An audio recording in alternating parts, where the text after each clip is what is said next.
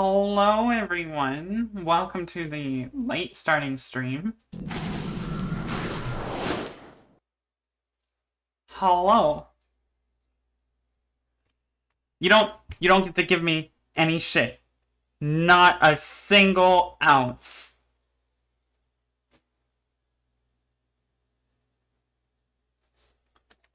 No, actually, I got second place. In the match before that, I won with a crown. Mm-hmm. Mm-hmm. So the reason I was late is because I was playing Fortnite and lost track of time. So, um,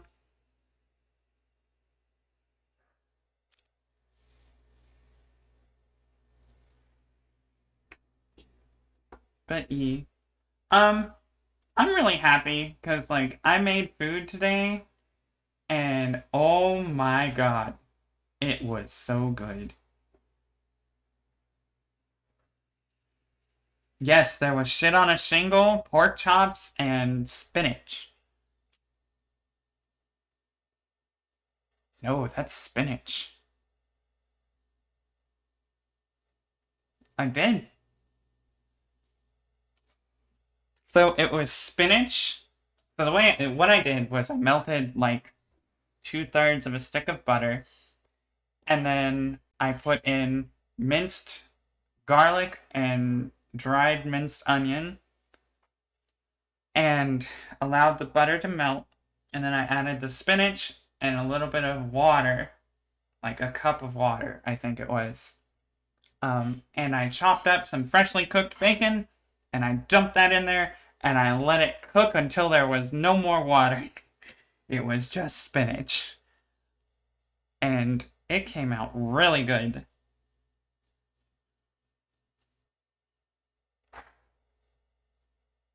So I cooked bacon, and then I cooked the pork chops in the bacon grease. And then I took the drippings from that, and I cooked pork breakfast sausage in that, right? Like in the same dish. And then and then I was like, well, I've got all of this now. I gotta make gravy. So I made gravy with all of that. And it was so good. I didn't feel like baking biscuits, so we just did SOS, which was amazing. Also, hi, Brad. Also, I'm mad at Jeff because he didn't put any like live reactions in the chat this week when he watched the episode.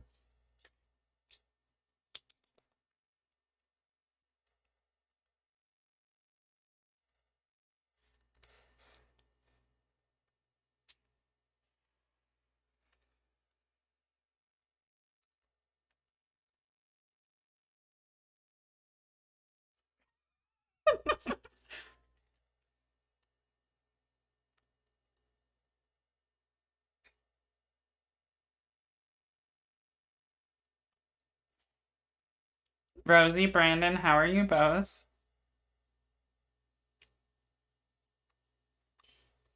Incoming. Incoming.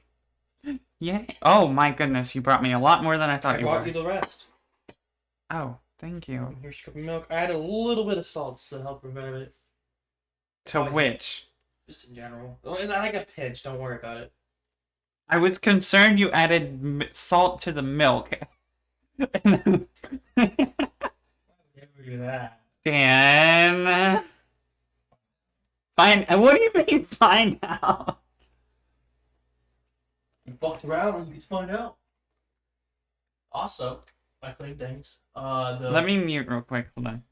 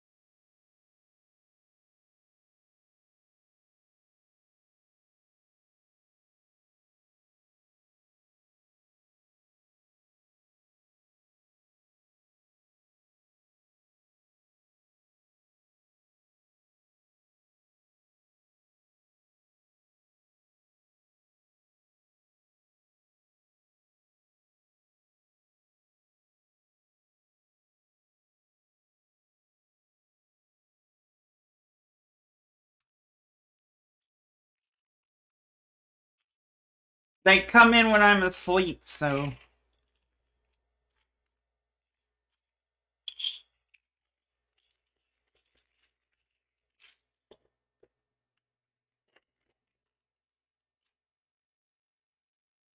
No, I get it, Brad. It's...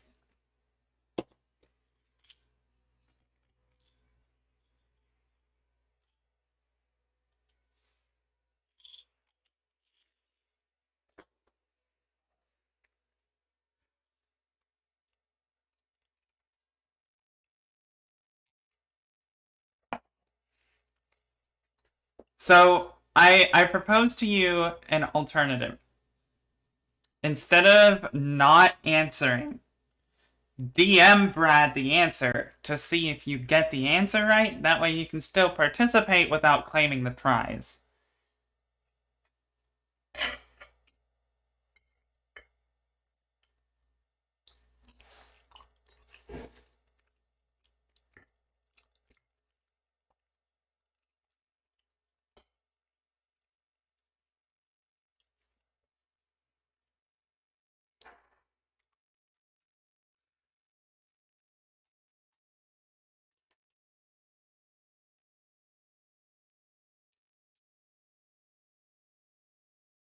Nice.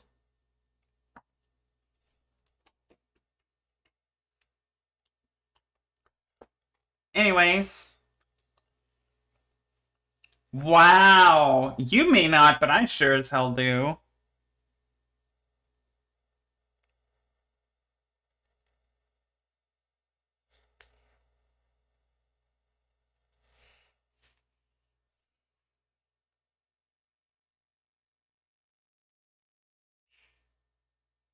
It's funny you bring that up, because, like, we made chili last week, and, I just had to throw the leftovers out today because it didn't smell right when I went to eat it. That's part of why I cooked all this food today.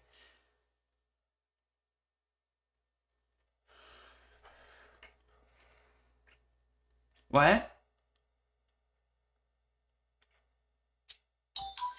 Normally we go through it all. I was very surprised to have as much leftovers as we did.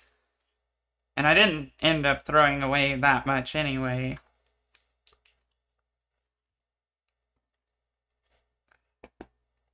So...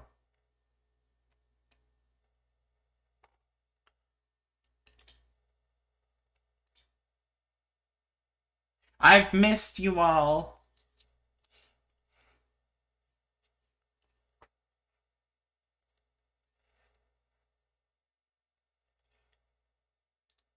What?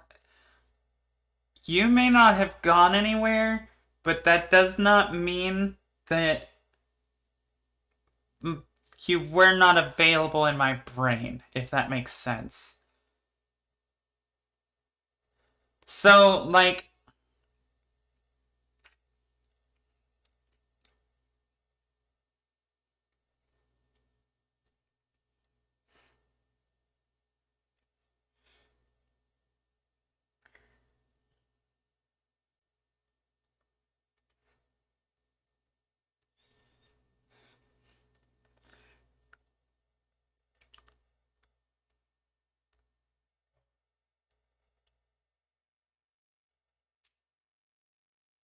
so what you're saying is he needs to cancel Saturday's game again.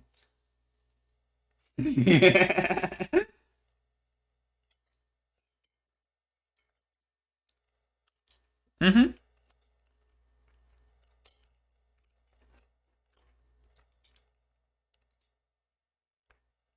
Thursdays are my Mondays. They're the day I return back to my work week, and they're also the days that I play D&D. So,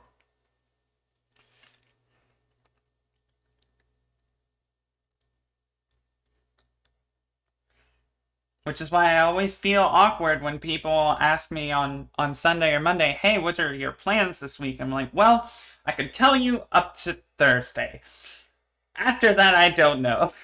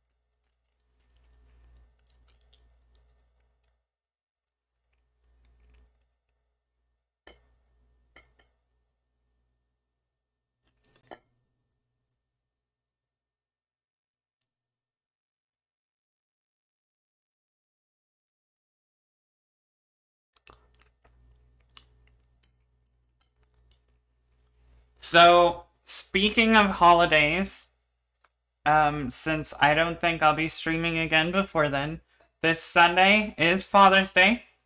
So, happy Dad's Day to all of the dads in the channel, in the chat, etc. And I'm not talking about sperm donors. I'm talking about the fathers. So,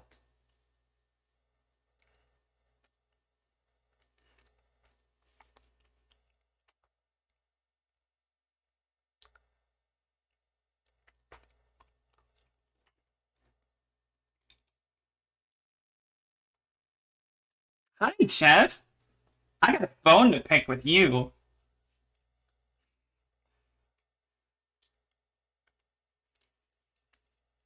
You know exactly what you did. Jeff, Jeff, it is an unspoken rule that when you miss a session and you go back and you listen to the session that you missed so that you could be caught up to date and know what happened, that you have to put real-time reaction gifs in the chat so that we know what you were thinking throughout the ah.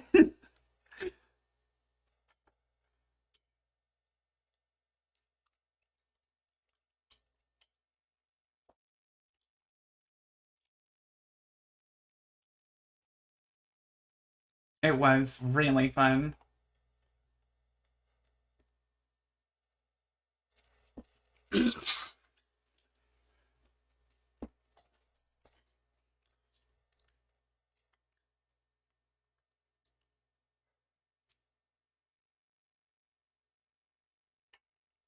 Yes.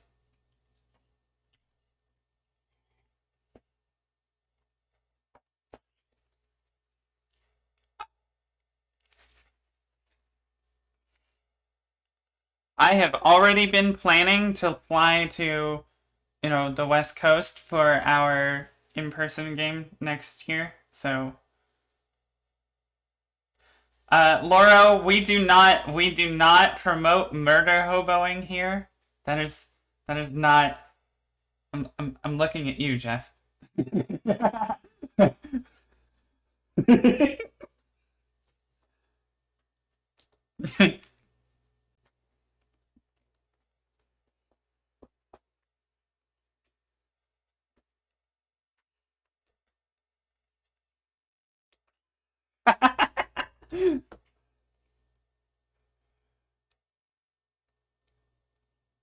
Well, you see, Rosie, murder hoboing is when you kill enough people that you can turn a room a different color.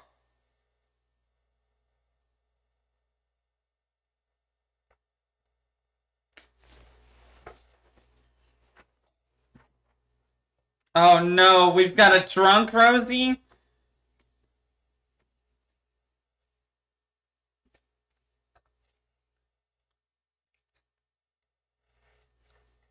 Oh no. Well, I'm glad you decided to enjoy yourself. So.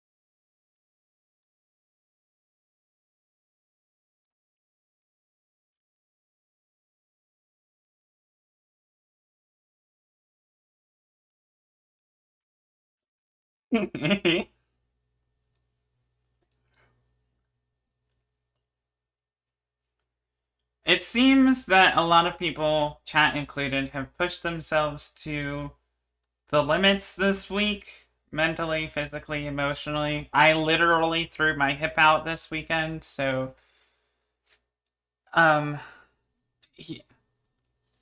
it's funny. It's funny you make that joke because I was dancing to Latin style music and I threw my hip out.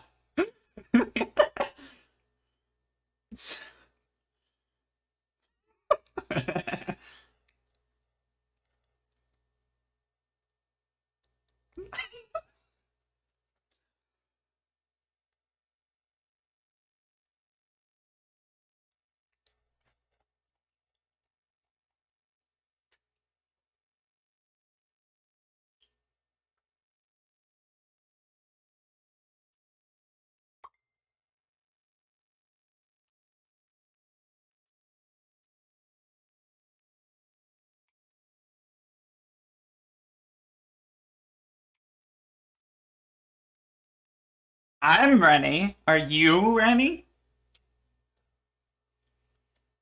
I believe that is a accurate statement. Yes.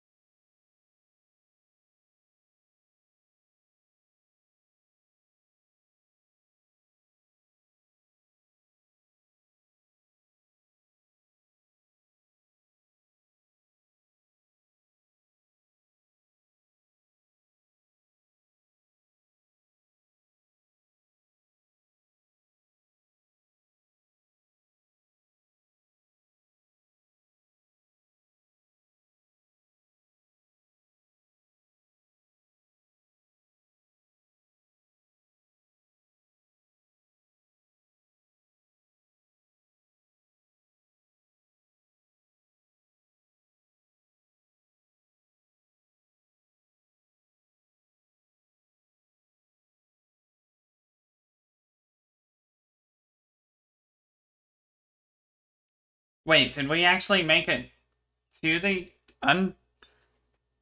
Okay, I thought we just met the portal wizard.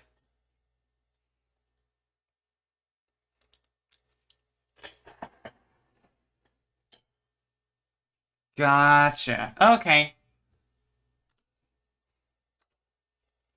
Absolutely.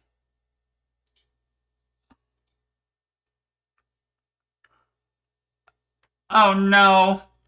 Rosie, you've doomed us all.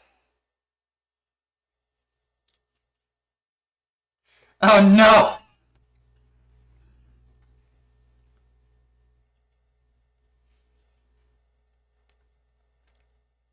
Bearbot!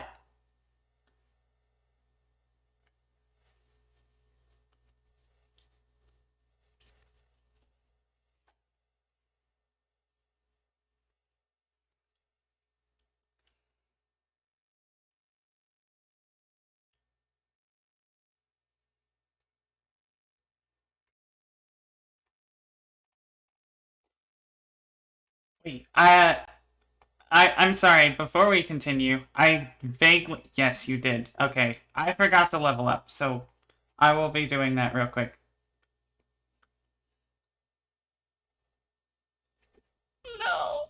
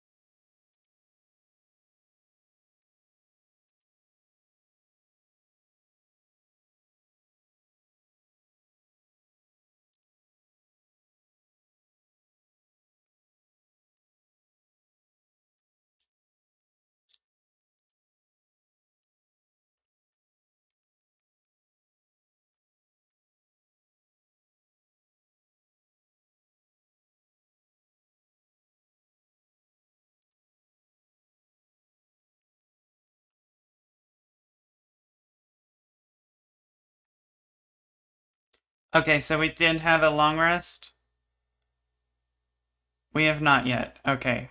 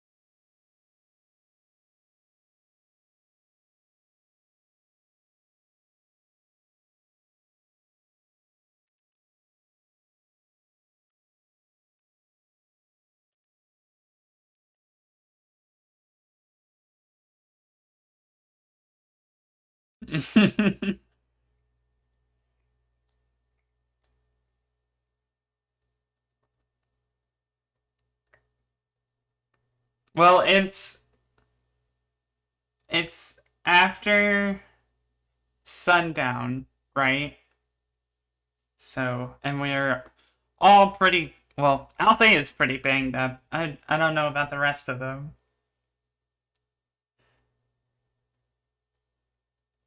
I think Althea got a scar out of that. Yeah.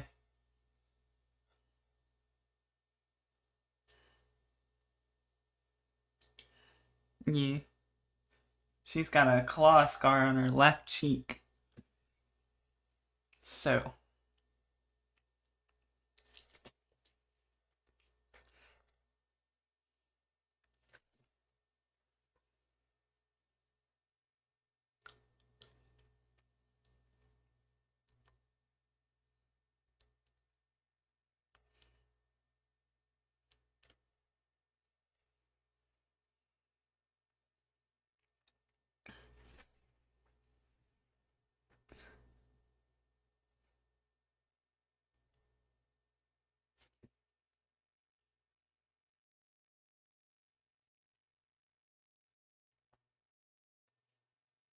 Oh no.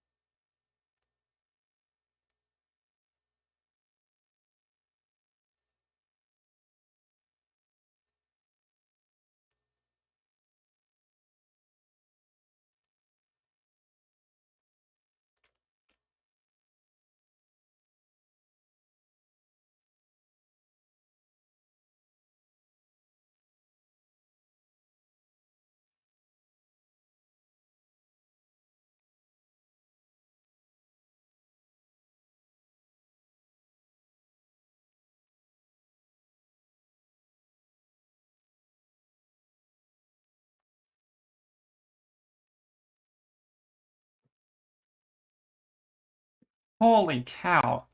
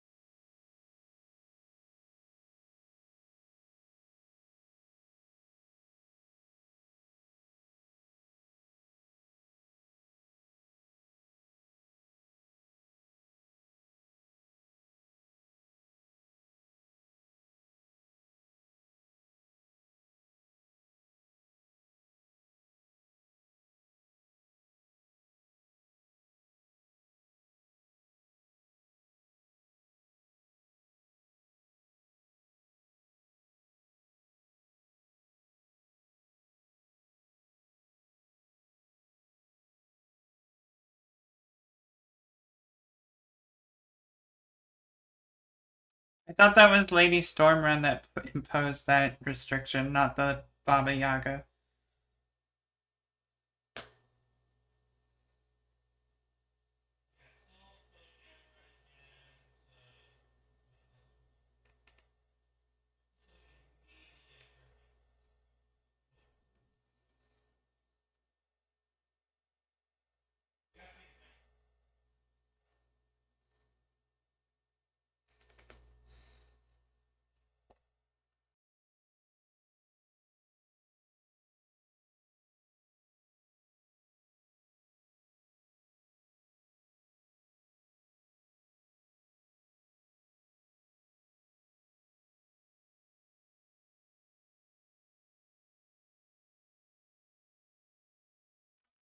That depends. Is Pi Zeros like in the tavern waiting for us or in the room?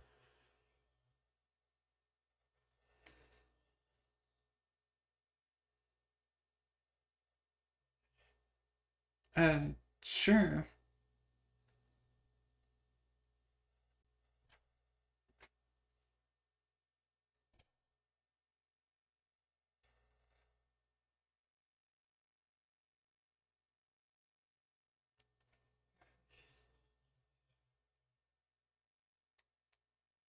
Better, I think.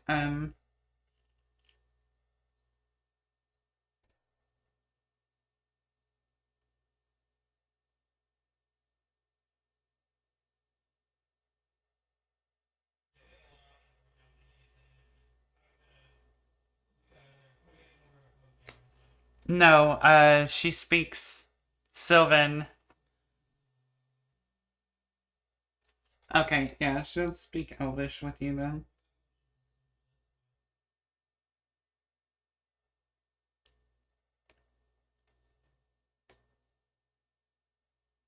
I have not decided.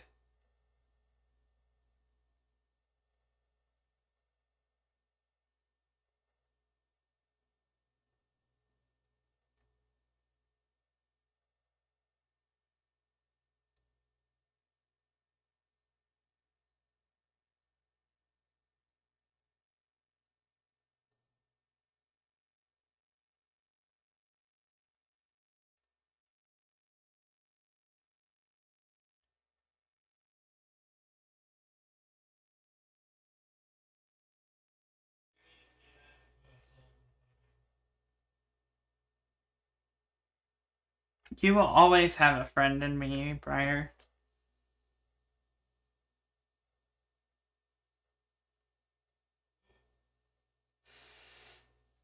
Althea clears her throat and speaks loud enough so that the rest of the party can hear her. Before we left this morning, I instructed Pyzeros to try and find us an audience with one of the noble families of the city. I figured perhaps, we may be able to enjoy an evening without stress or maybe even garner some useful information. So I'll be seeing if he was successful in that endeavor. You need the practice anyway, little Miss Countess to be, or whatever.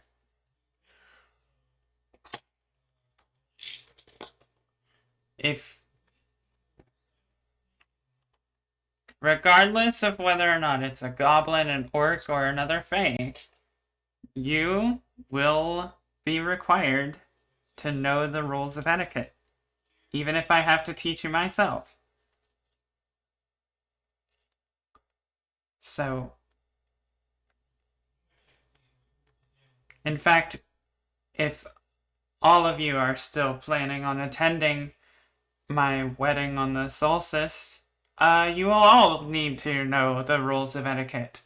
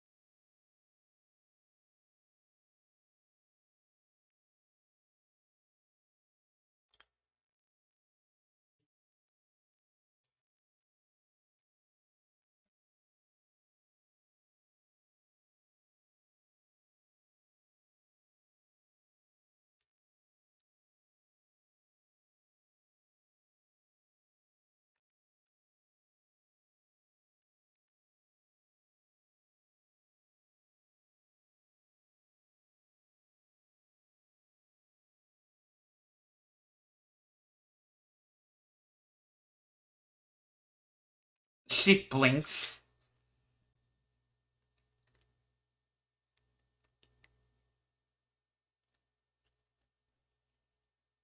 I would expect nothing less, Katya. Um, unless you all need me, I am going to take my very beat up self to my room and hope that Pyceros is there. She narrows her eyes at you. And with that, Althea is going to...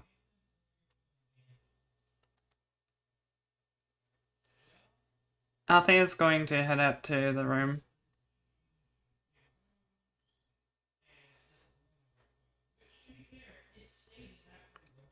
She just enters.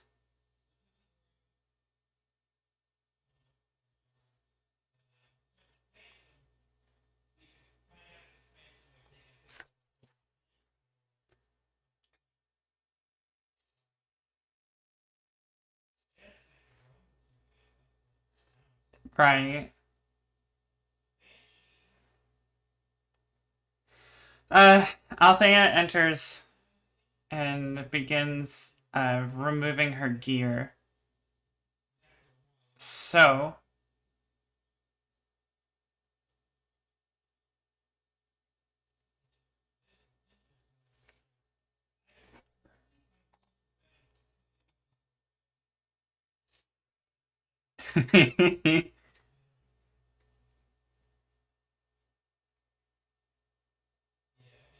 I, Pyceros, you are not an unintelligent man. So take a second, look again, and ask yourself that question again.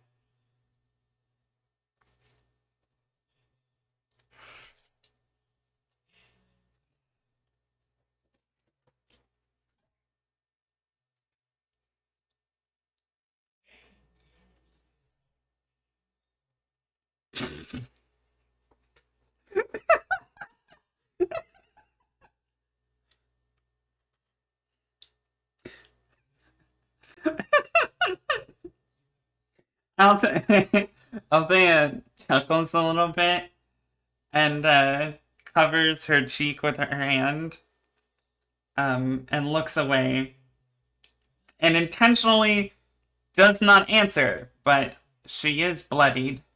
So, in fact, she's considerably beat up.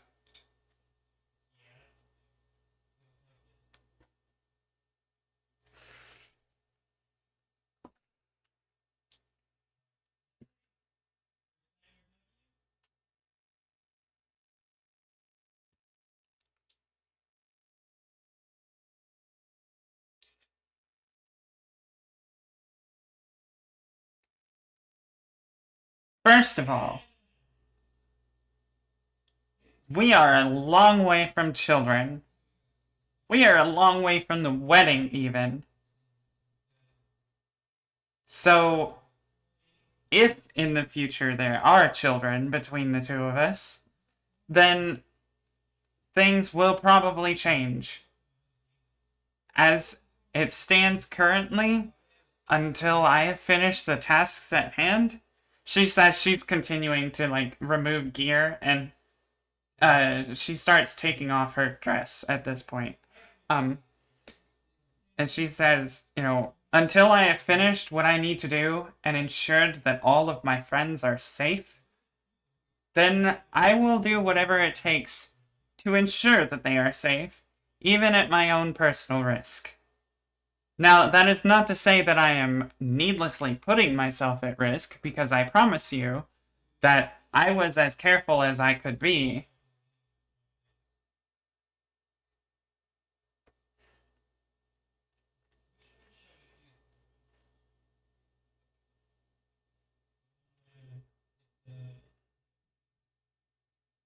Mm-hmm.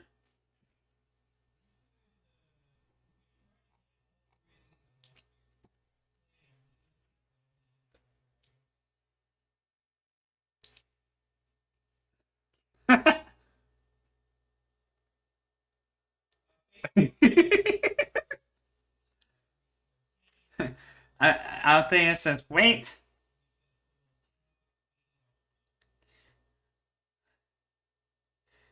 And Althea will uh, yell with authority, but very loudly, so as in a way that does not sound like she's in distress. But she will shout Briar's name.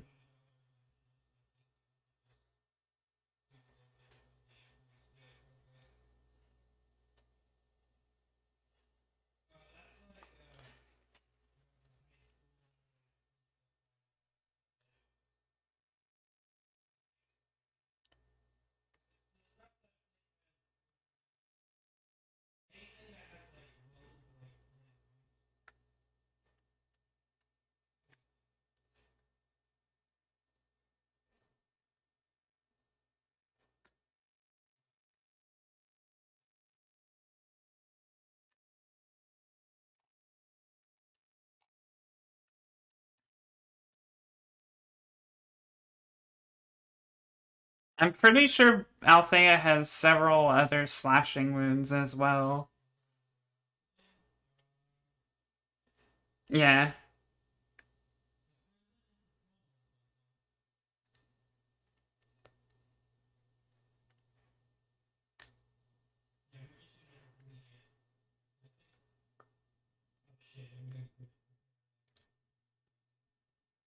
Althea, seeing Briar has come into the room, will look to Pyzirus and say, "We have a healer." And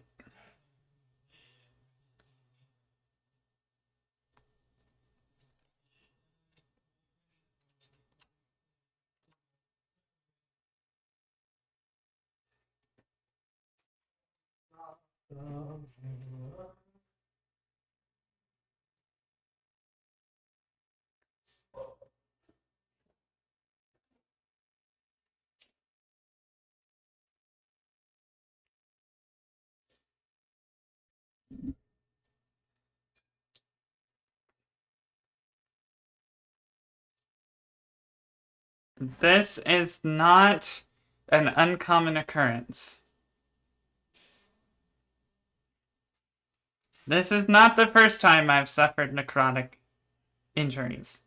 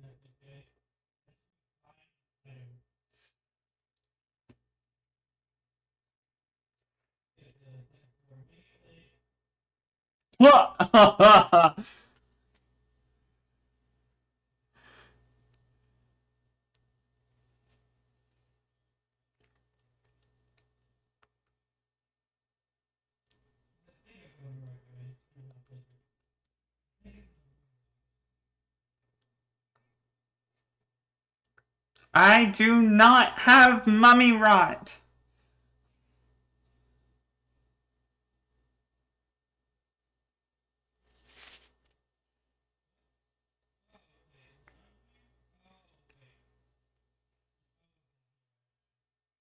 Althea gets up from where she's sitting and walks over and clamps a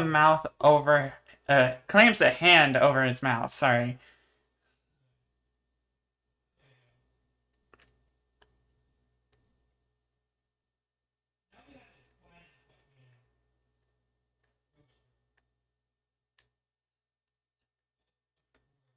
Althea holds a finger up to Briar, and she looks at Pyzirus and says, "Pyzirus, this is not a safe path that either of us walk. I choose to take on the dangers head on so that they will not harm other people needlessly. I choose to mitigate the dangers to other people. That is my choice. I have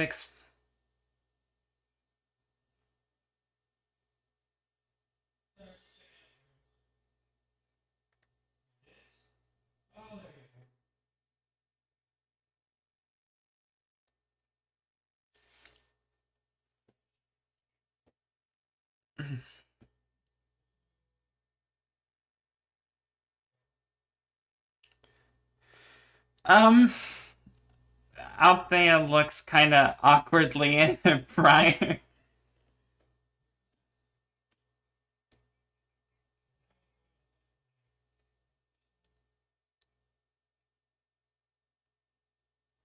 What?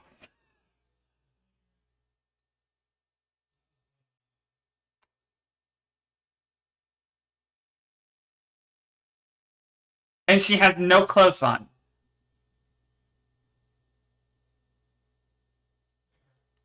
How dare you? And she tries to break the door down.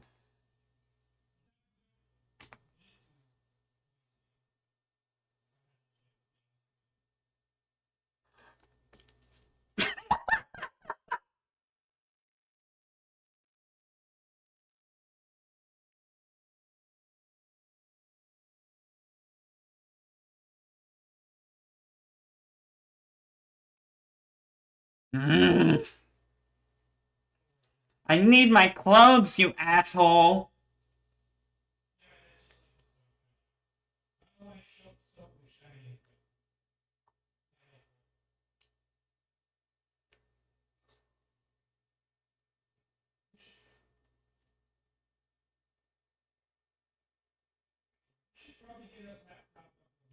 Why am I not surprised? Okay.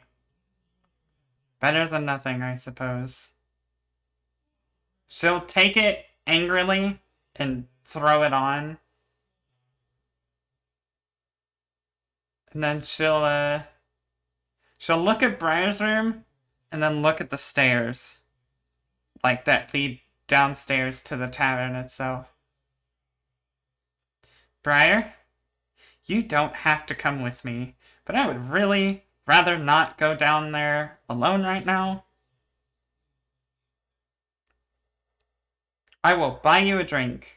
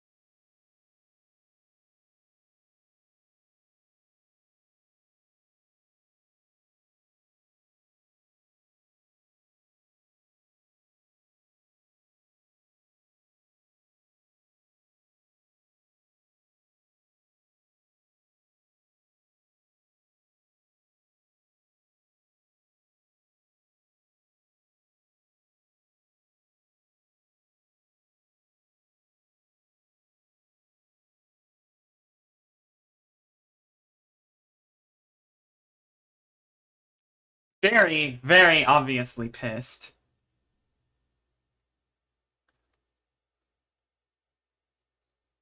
Zip it, Spiffy.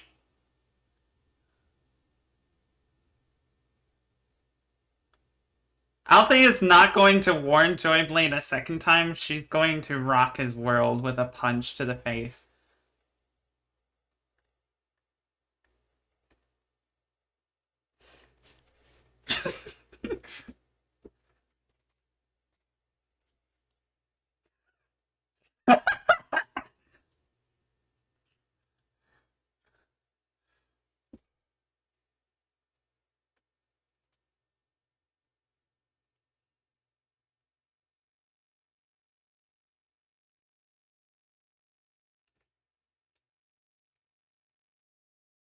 Oh no.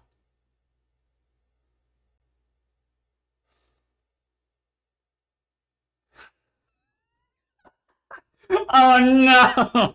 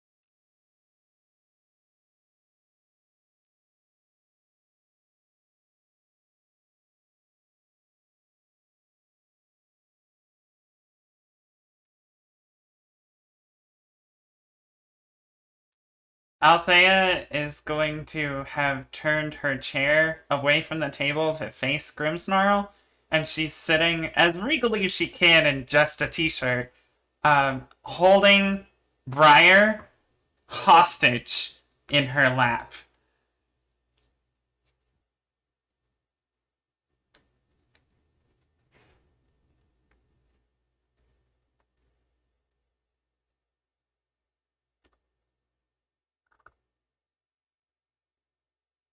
Ahem.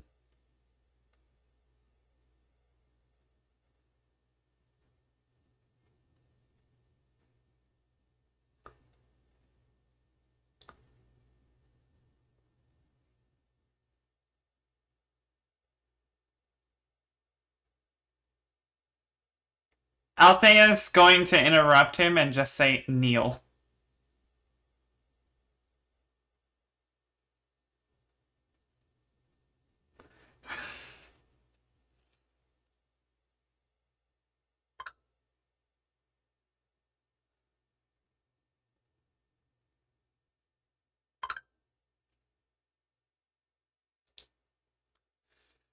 Okay.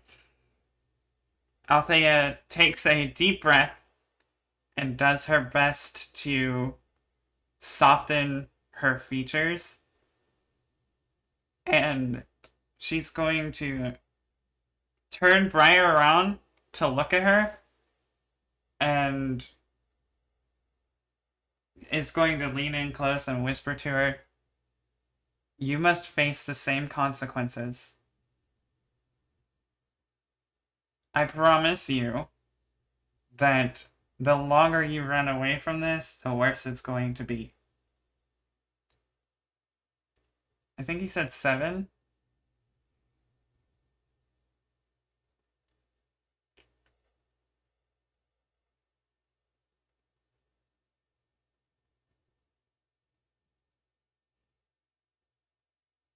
Althea's going to turn her back around and then. Yeah, I was about to say she's going to turn her back around to face Grimmsnarl, who is kneeling, and she is going to put Briar the Tressum down on the floor directly in front of Althea's feet.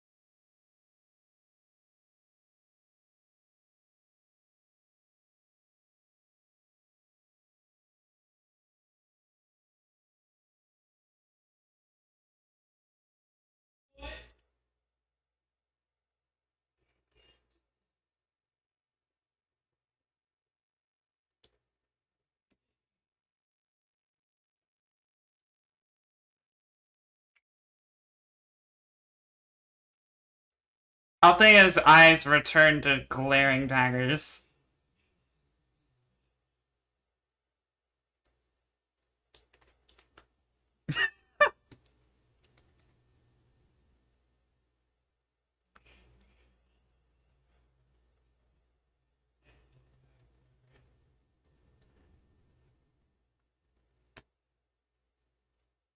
I agree.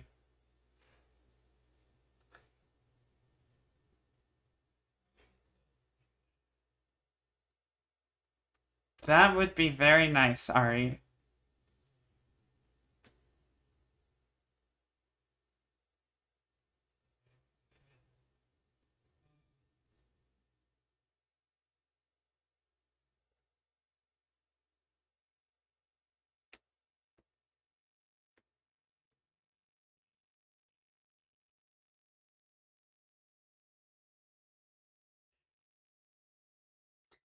Althea grabs his arm, pulls him back closer, looks him in the eyes, and says, "Grab me the strongest drink there is, and if it doesn't knock me on my ass,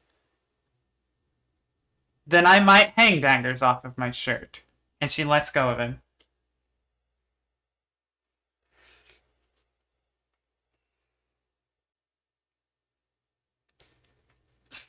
Speaking of which,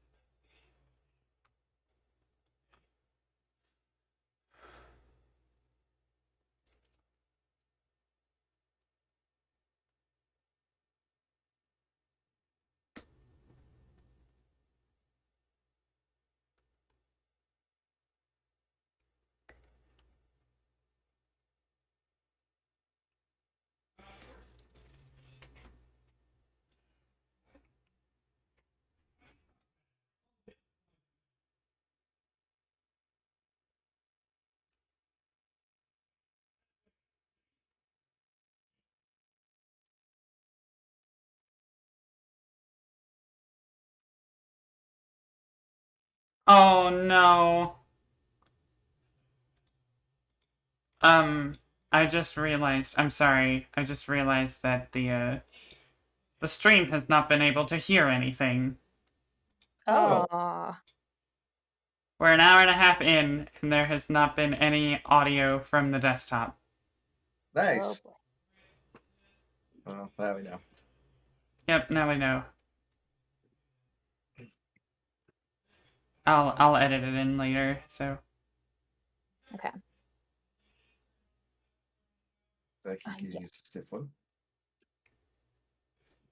Hmm? Look like you could use a stiff one. She hands you a pint. She just takes it and she gulps it down really fast. Okay, maybe 2 pints. I just made a huge enemy. And, I'm in Okay. trouble. I mean, all of us might be in trouble. But Joey Blade's definitely in trouble. When are we not fucking in trouble? Yeah, true, but I mean, like, this is life or death trouble right now. When are we not in life or death trouble? Erna! I mean, I'll look at Ari and go, are we not in fucking, like, life at the ending point trouble at almost every fucking turn we pine?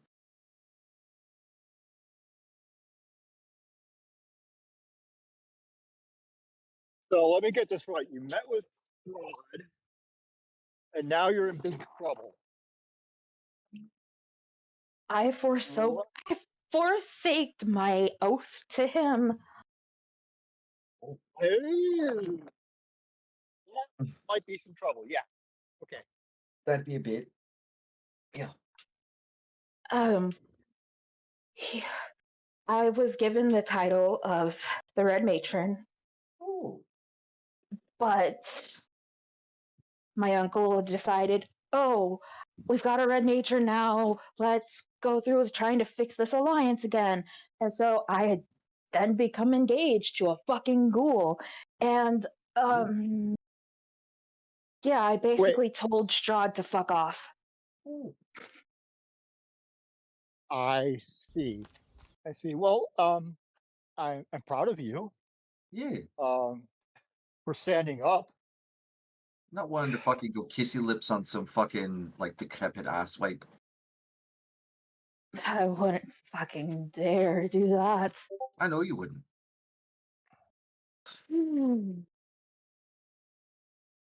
But like the whole downside of this now is like oh my god, Ari, I think I know how you feel about like being godless and not having anyone to follow. I'm kind of in that boat right now. But also like the oath that I made with him that allowed me to save Joyblade from me killing him is now reenacted, and so yeah. Richard Blade's got to die and then we just resurrect him. It's fine. Yeah. Simple problem. Solved. But this is where Ari is giving Arena a really, really like what the F stare. Just look back and go, what? It solves the fucking problem, doesn't it? You got a better solution. Other than us walking over into Zobek and killing the North Storm Run before this whole point, she still needs to go ahead and kill Joyblade. He's already dead, and we revive him and everything like that. The whole thing's fucking done. She's not beholden to anything. I'm not sure that an oath works that way. Like an incomplete job is still an incomplete job.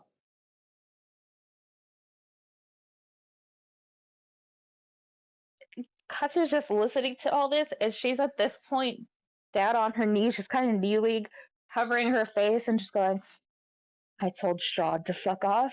I'm gonna have to kill my boyfriend. What the fuck have I done? You did what you Maybe if I go back and apologize, he'll accept it back. I can take it back. Listen, Yeah, she's probably got that Pretty going sure on if you too. can break that oath, you can break the one to kill your boyfriend. I'm just saying. the You know, oath I was agree. Come I on, agree. Katia. Why don't we get your mind off of that for a few moments so we can, let the emotion get out. I need to run a quick errand. Apparently Althea is having some difficulties and she's down in the tavern room in her like sleeping clothes. So I told her I'd go get her a dress. Would you like to help me and maybe take your mind off this for a little bit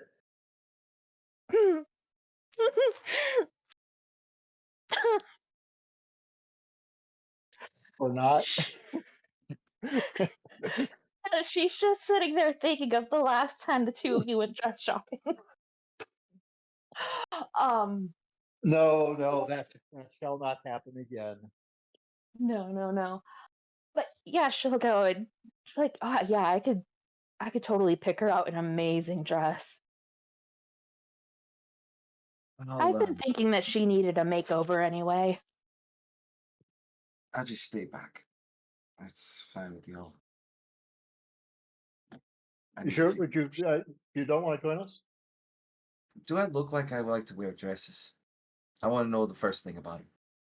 Do I look like I enjoy wearing dresses? Well, you already said you went dress shopping with them the last time. Erna, there are details about that dress shopping that you are not privy to right now. And I personally don't care. So I'm gonna go sit up top on the roof where I'm most comfortable. Where I was about to go in and start figuring out some shit about my dad.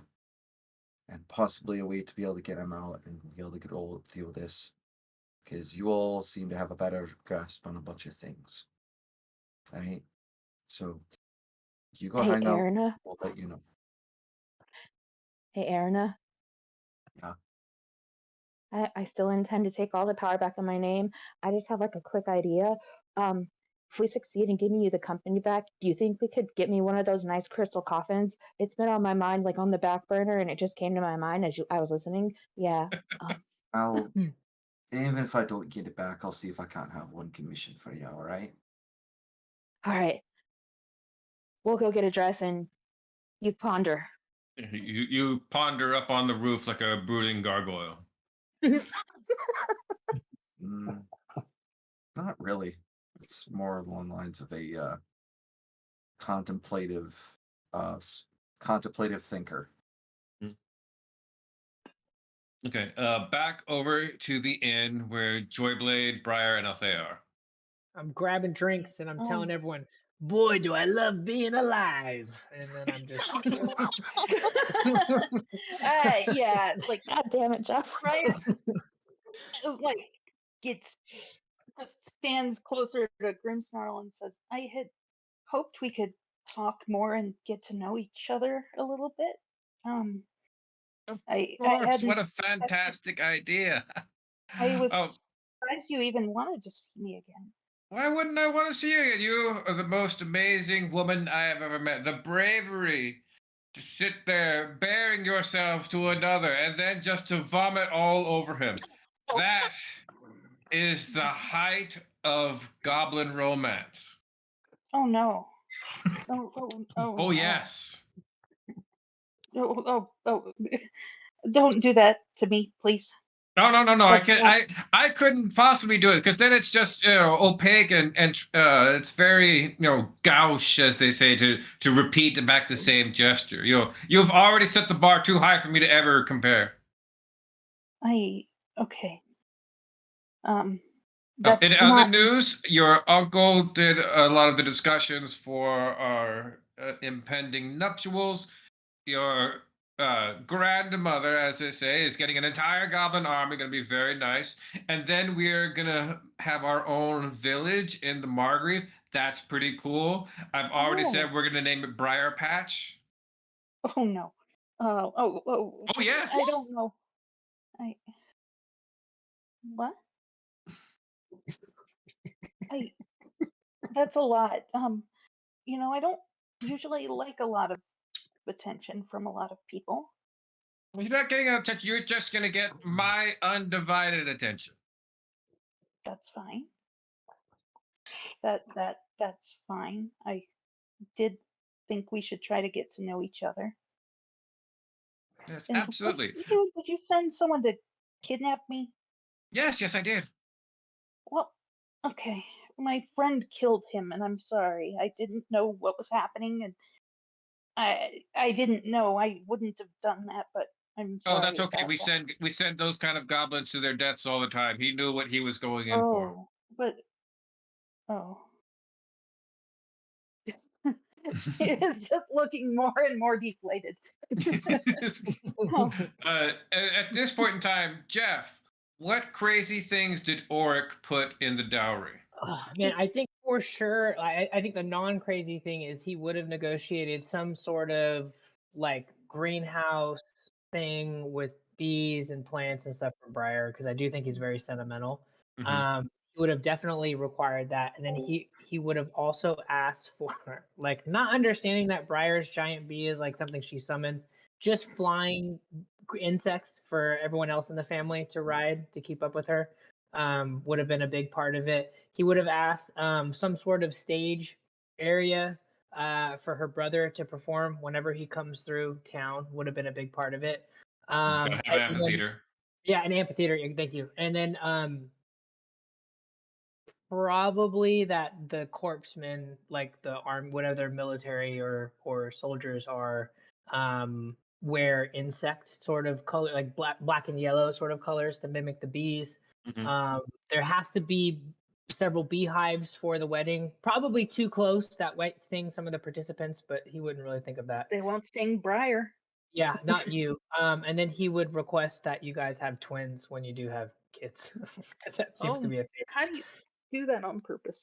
Okay. You know, I He's think the done it Baba Yaga. before. Yeah, we'll figure it out. But I think those would be the major things for sure. Yeah, and Grimstar kind of gives you this rundown of everything. Hands you Oh, a copy of the contract that Auric signed for you. I do. How do what twins? How? Well, It you looks know like what they say, honey. If at first you don't succeed, try and try again. Okay. Auric's signature looks like it was written with crayon, and there's a I smiley face at the end of it. I don't want to send people to their deaths. Okay, but you know your grandmother was pretty specific that we give her an army to send against the city. Yeah, I'm just still hoping that they, they don't all die. I'm sure they won't all die. Well, hopefully we'll be mitigating that entire threat before the Baba Yaga gets her army. So, Yeah. and she takes another drink. Give me 2 Constitution saves out there. 2 of I them? was gonna say, give me You've been something. knocking back shots, so yeah. Yeah. I'll take them with you. 22. 22. 22, there's a great one. 27. I am not gonna be Okay, an hold on. oathbreaker. I am not. What did I get? That's a 12 plus 2. That's 14. That's much worse. That's a 5. So, shit face. Althea, you're doing good. You've got a happy buzz going here, enough to take the edge off, but you're not smashed. Joyblade's gone though. He's been drinking all day already, all over town. Yeah, that sounds about right. Look, I mean, what if we went like, and we stormed Zobek? Has anyone else noticed how handsome Ari is? Ugh. I think you've had enough. Briar rolls her eyes. You haven't seen my twin brother. Yeah. He's worse, she says. Glad you bring that up, my dear, because you see, we also in the discussions with your uncle made sure that there was a clause in the marriage contract. You'll see it's over there, section 2B, that if at a point in time that we want to bring somebody else into the marriage, we need both parties' written consent. That's a good. Seems And reasonable. we have to consider Auric's daughter first if we're looking to Oryx doesn't have a expand. daughter. 2 boys. Is it 2 boys? Okay. 2 boys. Yeah. Who's But, the one I that mean, you sent the letter to? Lobera. That The was a one boy. she had Oh, that was a boy. Okay, I read Yeah. Lobera and I saw the feminine on it. He's pretty feminine, so that's fair. Yeah. Okay, then I'm just Did gonna you keep that hear like me? it says. Yeah, and they were supposed to marry Oric's daughter, Lobera. That's totally fine No, with no. me. But Lobera's a boy. That's okay. Oh, okay, but I mean, yeah, that we need to both agree that's a good. That's good. Yes. Okay. Yeah, but keep that quiet around Althea. I don't want her to, suddenly have hope that she's got a chance again. It's kind of like that leans in to whisper that to you. Yeah. Yeah. Okay, but okay. Yeah, this will work. Uh, Yeah. Did you know before this that I serve the Baba Yaga? Nope, it's been one wonderful surprise after another with you. Same here. She definitely looks a little panicked for what it's worth for Mhm. people that know her. I don't Yeah, know. Grimsnarl just seems This is what's how the she's word? usually been around him, so Yeah, you've usually been this kind of tense, awkward, a little shy and uncomfortable. Well, uncomfortable might be the right word, but it just awkward. hmm I don't know if Althea. I mean, Althea's pretty laser focused, so she might notice. But I think with my 5 con save, I'm probably resting my head on Althea's shoulder. Even if she pushes me off, I'm trying to like lean on her heavily at this point. yeah. It's just okay. I understand the whole thing of a war, and I fought in it myself. Yeah, I don't want to send people out to certain death, though. I'd like to value life, she says. You see, I he don't know if he's. nods about that. Okay, yeah, that's great. The guys are gonna love you, really. If I tell them that my wife said I can't send them any more needlessly to their death, you are gonna be the most popular countess in all of the Goblin Court. She's like nervous laugh, like that's good that he'll listen to. Yeah, I do. Thank you. Yeah, I've been telling everybody stories because after as I talked to Orc, and Orc told me all these crazy stories about what you were doing in the siege. That you were like this horrible tear on the back of your bumblebee, dive bombing people and knocking them off of towers and shit, man. Oh my god, the boost to my credibility that I'm going to be marrying you, unreal, unreal. She actually looks down, kind of blushing, but she's kind of grinning too. I did all right. Thank you. Yeah. I think So after your exchange, Joyblade is hanging off of Althea, and he'll whisper to her, I can't. She just keeps stammering. I can't take any more shots. I don't know if I can she do this. asked for a drink, and I don't think anybody ever got her one. So that's No, I would've thought Joyblade you- brought her several shots of whiskey. Yeah. okay. I was there trying have been to. She will several relax shots a on the little table. bit at that point. Yeah, there would be enough for you if you wanted to like sip on a whiskey, but I think he would be hanging off of Althea. Like, I can't. Mhm. Please tell Arabella I loved her. This is pretty much it for me.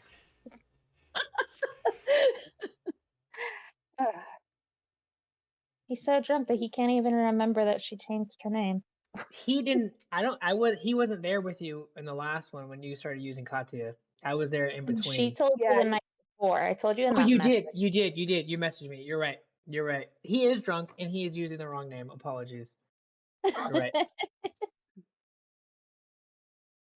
Althea is doing her best to keep Joyblade from like pulling her over, but also from hitting the floor. Yeah, she's just trying to talk and feel out Grimmsnarl's general personality down here, and she'll get less nervous, but possibly less coherent as she goes, as she drinks. Cool. We're gonna hop away from here for a little bit, and we're gonna check back in with our dress shopping group. Okay. Yeah, basically, Katya is going through all kinds of dresses. Mm-hmm. Back in.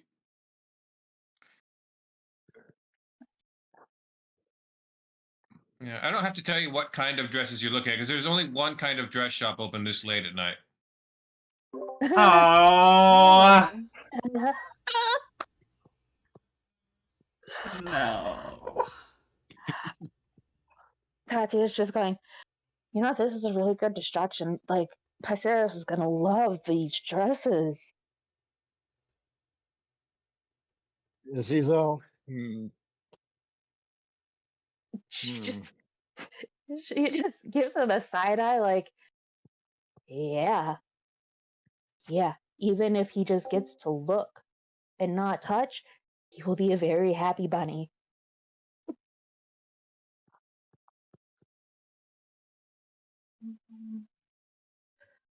Let's This see. just does not seem to be the kind of dress that I would want to get for Althea myself. That's the major problem here. Well, then we could just say it's from me. You don't have to be a part of getting her this one of these really, really scantily clad dresses.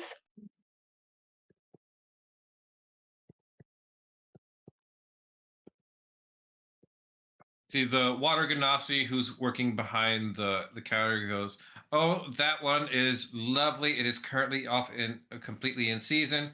We do have that one in black and red." I want both.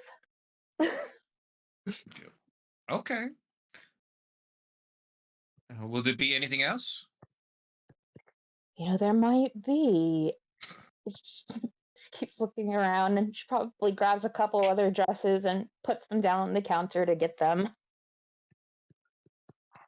Cool. Nice dresses, probably like 5 gold apiece. No problem. I'm gonna say she probably buy. She gets the two that are pretty much matching, just different colors, and then she'll probably buy like 2 or 3 more. So like that's 25. Okay, yeah. Okay. You're that quick with the also- purse. Don't even give me a chance to get my coin purse out. Nope, she doesn't give you a chance. Okay. I think she's also trying to ignore the fact that she's in a dress shop like this with you. Mm-hmm. So she very much just kept her head in the dresses and did not ask his opinion on them because it would probably be wrong. I mean, not even probably, but yeah. Cool. The two of you exit out of the store after that. Ari Just carrying your real bags. quick. Yeah, just real quick. As Yeah. we walk out of the store, Katya, you notice that he's walking a little more stiff-legged. What's going on with the legs? Why are you walking so stiff? Nothing. Nothing at all. I am totally inciting that. Go for it. Nicely done. Dibs, please. It's yours. Wow. I think this was a certain kind of joke that is not family friendly. Yep, This is not a family-friendly show. true. She's just gonna kind of smirk and go, okay, it is as you say, it is nothing. I will not ponder into that. It's just gonna keep her head straight, make it back to the tavern or the inn, whatever we're calling it. You make it back to the tavern. See Grimsnarl over there talking with Briar. Joyblade absolutely hammered, practically asleep on Althea's shoulder. Mm-hmm. Nobody mentioned this that Grimmsnarl was here. I noticed, like Ari just completely didn't mention that part to you, to Katya. Oh no, she saw Grimsnarl arrive. Yeah, that's why she's Oh, waiting she did? outside. Okay. Yeah. I was thinking for some reason she didn't. Okay. Althea's And she was shirt like, is like getting pulled and is almost halfway off her shoulder. I'm Oh, going but- down. Althea, help me out. I'm the ground's getting closer. Sit up! Oh my god! I hear this. Ari hears this and picks Joyblade up. Oh, your arms are so big and strong. He called you Oh, handsome, you Ari. don't- You want to take care of him, or shall I just throw him in a corner somewhere? Don't throw him in a corner. Take him to a room. I'll throw him in the corner of your room. Okay. Yes, Ari that's helps fine. carry me past you, you'll hear me whisper in your ear, "You're gonna get so lucky later." Oh, Ari does not carry Joyblade gently. It is a carry of for Ari's convenience, like occasionally bumping his head into the wall where you get too close. fireman's carry, not paying too much attention to how he's turning. Just hitting the wall, thump, thump, thump. Oh, sorry, Joyblade. Sorry about that. Oh boy, there's another corner coming up. Look out! Oh nope, going right into it. Althea finally notices the apparel that Katya has brought.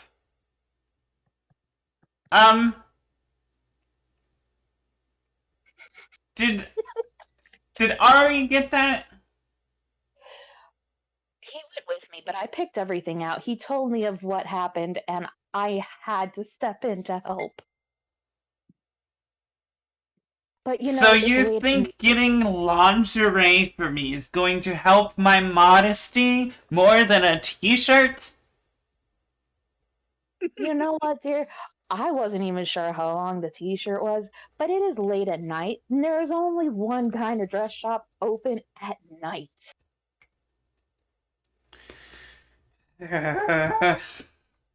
Althea enjoy throws the back the cold rest of the and- drinks. Give me one more She's con save. 19, you're still good. She's gonna start pulling out dresses, and she's gonna be like, "Oh yeah, I got these ones for me," and then she's gonna pull out the black and the red one that are matching, and she goes, "I got the black one for me and the red one for you. I'm your maid No. of honor." Hold on. First of all, red is your thing. You like blood. Second of all, I don't look good in red. Oh well, you can bear it for a night. She's gritting her teeth audibly. I have my reasons for why I do not want to be associated to red at the moment. And she looks at her cloak and she's like, "Yeah, I got to do something about even this tomorrow." Althea kind of straightens up and says, "Whoa, hold on. You love blood. You love the color red." I'm gonna insight. 21. Damn it. She's, yes, I love the color red because it is the color of blood. But right now, I did something today, and I'm in trouble. Joyblade's in trouble. I just did something. I made a huge enemy. That's all.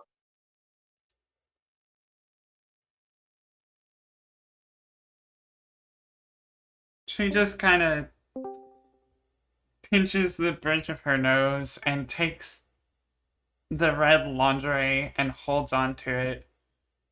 Which has more coverage, Brad? Probably the t-shirt.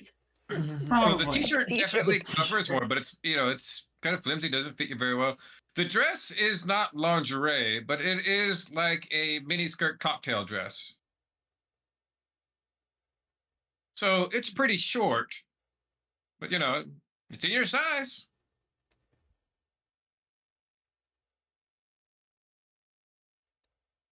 You know what? I'm gonna hold on to this. Yeah, whenever I was getting it, I mean, not only was I in the mindset of, I'm your maid of honor and it'd be really cool if we were cutesy, but also I was in the mindset that even if Pyceros isn't allowed to touch, he will enjoy to look. Well, he won't even be permitted to look. He'll get a glimpse, and that's it. Trust me, darling, a glimpse is more than enough.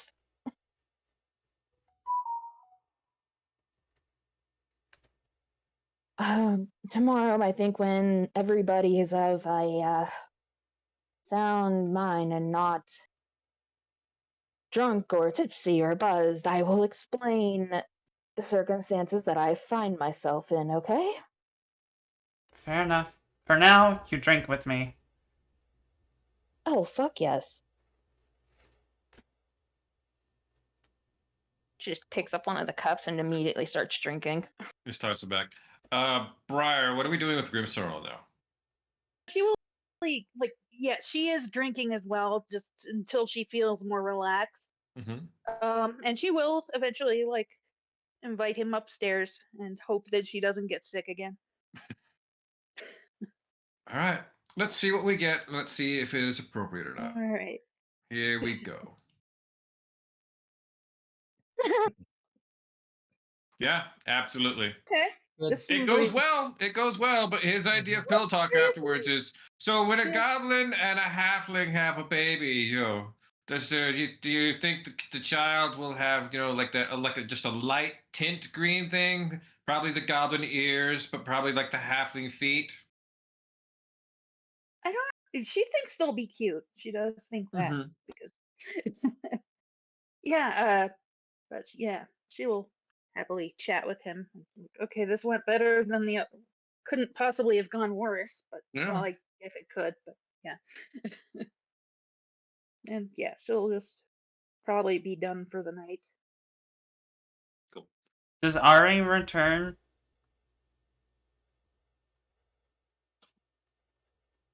Brandon? Does Brandon return? Hello? Yeah. There you are. go. So, does Ari return downstairs? Yes. Okay. He deposits Joy Blade on the bed. Make sure the Joy Blade's turned on his side, just in case he passes out and pukes or anything. And heads downstairs and sees if there's still anything left, any drinks left on the table. Althea has been charging drinks. The waitress has been coming by regularly to refill drinks. Joy Blade probably left the tab open too. I don't think Yeah. I think it would be. Yeah, you guys are fine. So Yeah, I put a couple shots back. give a constitution check.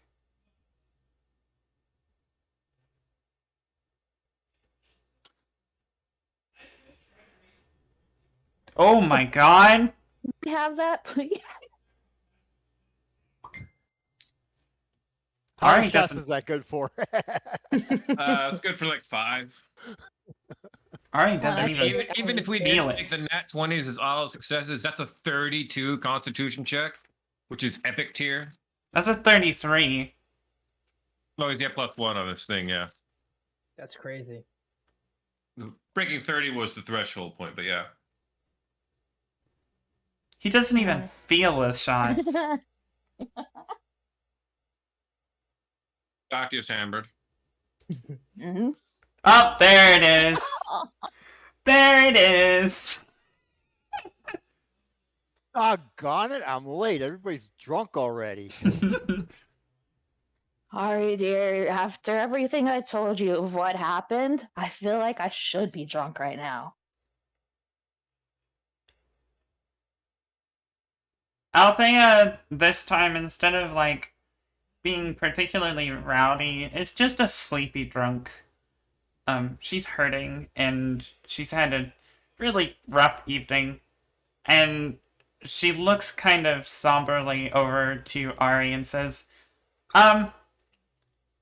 Briar went up with Grimmsnarl, and I got kicked out of my own room. And no offense, Arabella, but I think you're going to be busy. And so that kind of leaves only you, Ari. Do you mind if I spend the night with you? Not at all. Not, you can have my room. I had offered you my room, but I don't think you want to go there. Shush. I help Althea up. I'm a lot more gentle with this one. You help Althea up, and you're going up the stairs, and you're going down the hall to your guys' rooms. You see, as you come to Althea's room, that the door to Althea's room now is just cracked open just a little bit.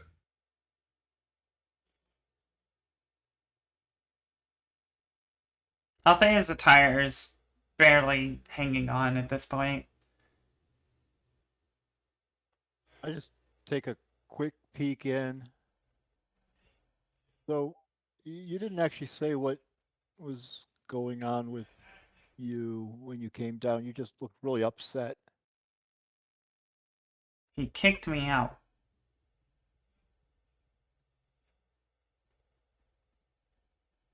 All right. Well, I'll take Althea to my room, lay her down in the bed, and then I will go out and go into her room. You put her down, get her tucked in, and go ahead, open the door to her room. Inside, it's kind of dark. There's a bit of light coming in, streaming through the windows. There's a decent moon out tonight. And you see there, sitting on the couch, just kind of staring at the window, his ears drooping low, several buckets of empty buckets of ice cream around him. Aww. It's a very sad bunny.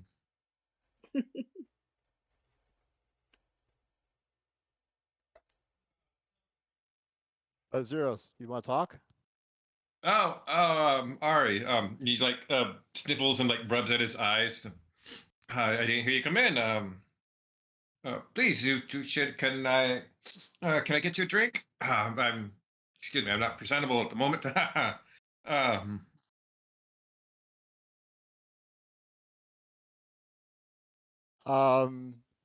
don't. Sure. What do you got to drink? He looks around. I think there's some water in the pitcher there. I think I have a. He kind of shuffles a bit emotionally for a moment. You see, kind of there's that flash of emotion over him. I had a bottle of wine on ice. Well, anyway, just go ahead, sit down, sit down. Why don't you tell me what happened? Okay, yeah. Well, Althea came back from things. She was injured and hurt, and I was very concerned and worried about it. Looked pretty bad, and not used to seeing someone I care about come back hurt. And she didn't really seem to reciprocate and understand how much it pained me to see her be hurt. And when I tried to talk to her about it, she, I asked her, did it matter to her that seeing that her injuries affected me? She just went, I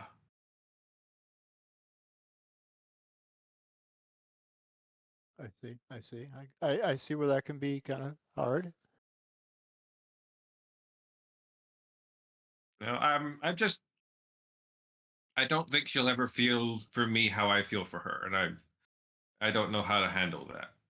How do you handle looking at someone with all your heart and knowing and fearing, that they'll never look back at you with even half?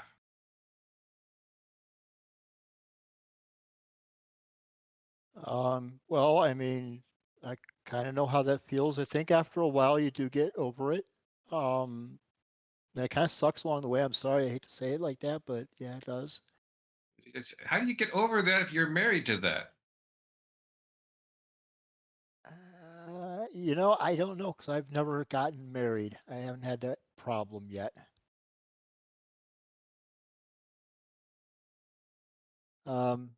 Yeah, maybe the marriage thing isn't the right thing. You know what? I really probably shouldn't stay. You know what? Listen, you can consider me a friend. I'm here for you,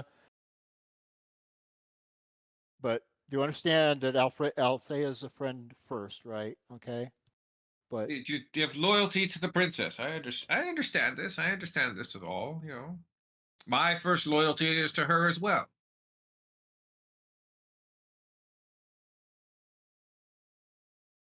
I don't know. You want some ice cream? I have a lot of that. Well, not as much as I did before, but I still have some. I do enjoy some ice cream. Here, I'll help you finish off that last one. Okay. Yeah, you have a sit down, just kind of hang out, and just kind of eat ice cream with Paizeros for a while before he finally falls asleep as well.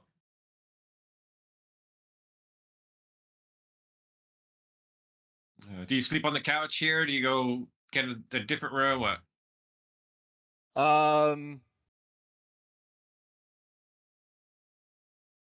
I'm just going to go outside and do my dream thing, just standing up someplace convenient. I don't know. Got it. Cool. Any other things for this night before we move on to the next day? I I want to say when Katya comes back to the room where Joyblade is, their shared room, she'll come in and he's been waiting for her to come through the door. He's like standing like by a window.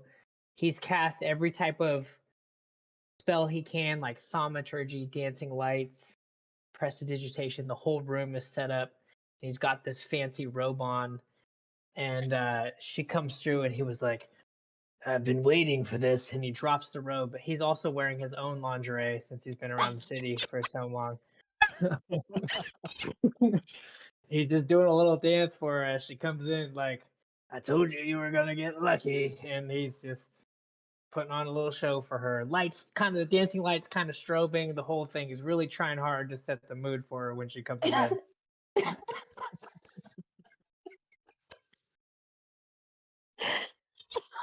That's my life. That's the only thing I have for tonight. You know what? Like, I feel like she would have went through just to check on him, but she would have been very cautious about it. So seeing this whole show that he's giving, she's like, I want to. I don't know if I can. He like opens the door, sees all this light, shuts the door. This is too much. It's probably just like, oh, he's okay at least. Brad, would she feel like that bloodlust upon seeing him and being in like a close area to him? You feel it. It's not really a bloodlust. It's a sensation in the back of your mind telling you to kill him. I so bad want to say that she wants to test that, because in her mind, I just broke an oath that I had to Strahd. I'm sure that I could get over this. This is nothing compared to breaking an oath to Strahd. Yeah, she's gonna try. Okay. You gonna give me a wisdom save? First one's easy. All you gotta do is not nat one it. Okay.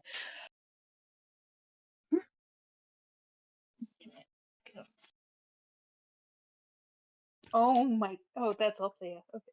Oh, you just saw the nat one.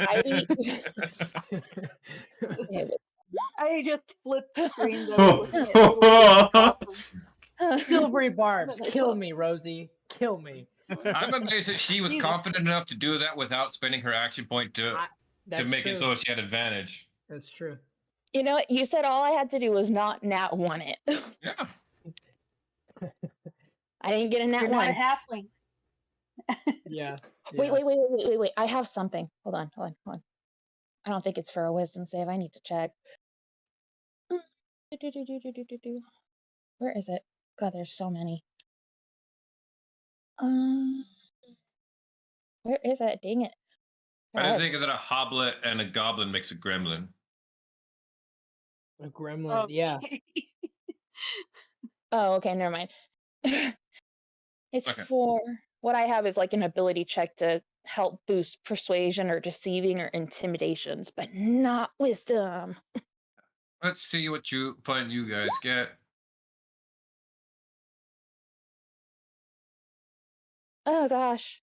I would have. Yeah. I mean, I probably would have bought something for you walking around the city. That's not a bad idea. Jeff, roll me a D100. D100. Let's go. 15. I find the trinket table. It's a ring. That's what I'm sitting here thinking in my mind. Ring? Oh no. Is it actually a ring? It is not. 15 is a bright green feather. Oh, okay. A feather. Which, given that it's got to be worth at least 100 gold, means this is a feather made of gold. Aw. It's pretty good. It's a good one. Is there anything he would have said while giving it to her? I mean, nothing coherent at this point, but he would have tried. Yeah, I got you this. They assured me it's of the highest quality, and he Then would him say, randomly spouting out, "It's great to be alive." I just said I love being alive, and then I said, "Here, give this to the woman you love, and that's you, baby." And he hands you the feather. And she's like silently panicking to herself, but also she's like very taken aback and yeah.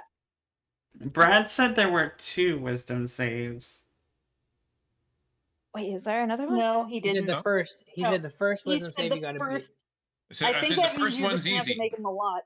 Yeah. Whenever Katya is sufficiently close to Joyblade, she's gonna have to make a save, and they're gonna get harder.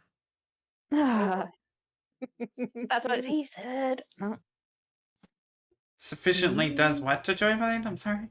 Whenever she's sufficiently close to Joyblade. Oh, gotcha. Okay. Okay. Give me 1 sec. I'll let my dog out, and I'll be right back, and we'll move on to the next day. Yay. Coincidentally, when Katya gets closer to Joyblade, it's harder for her, but it's also harder for him. But Okay. Ugh. Wait. Harder for him. I think that a problem around Kateo. What can I say? and he's walking around with the same stiff leg walk that Ari has. Jeez. Well, I don't know. Let's see how that goes in the morning when she tells everything. This has just been a very long campaign of me feeling like I'm in danger at all times. Joyblade's that different from entire every other existence this campaign has been the I'm in danger gift. Yeah, totally.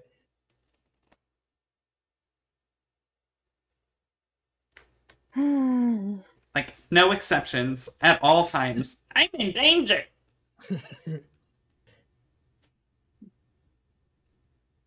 I feel like I'm still in denial that I basically told Strahd to fuck off, but It's pretty savage. That was good. Briar might be feeling a little bit of buyer's remorse, or at least anxiety at this point with her promise. I don't know.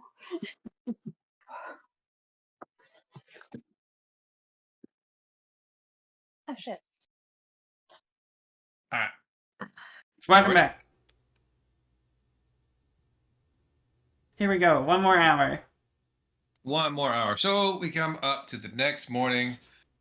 Several of you are waking up with roaring headaches and hangovers. Are we? A few of you are, yeah. Especially I am those of for you sure. that rolled nat ones on their drunk save. But I had like Briar 3 only over drank 20 moderate before that, amounts. so That like, just means you kept drinking. uh,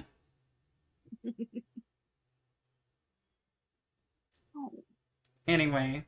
So yeah, Althea, you wake up, yeah, in an unfamiliar bed in unfamiliar clothes, without your blades near you. I think he's gonna barge out of the room and say, "Where the fuck am I?" Several patrons that are in the downstairs tavern area look up at you. You're in a tavern, lass. It looks like you see someone else goes, ooh, it looks like that's going to be one hell of a walk of shame, eh? Huh?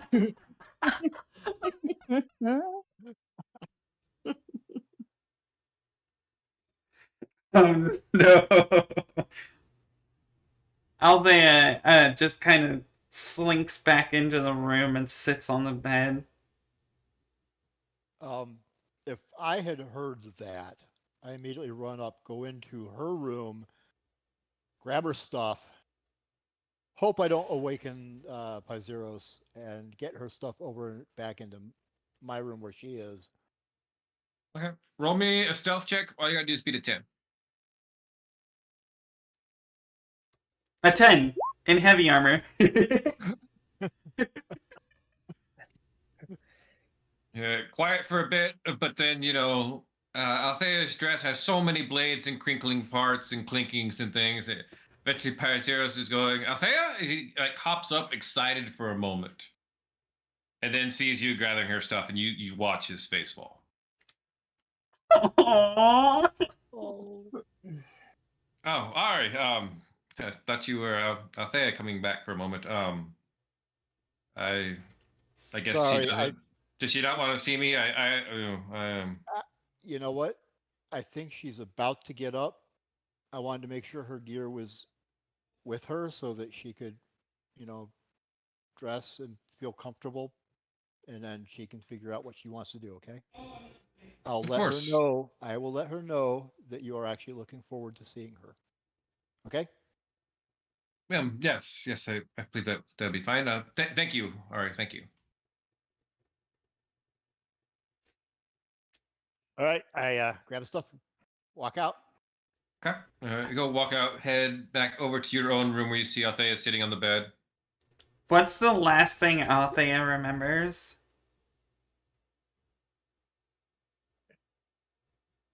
Give me a wisdom save.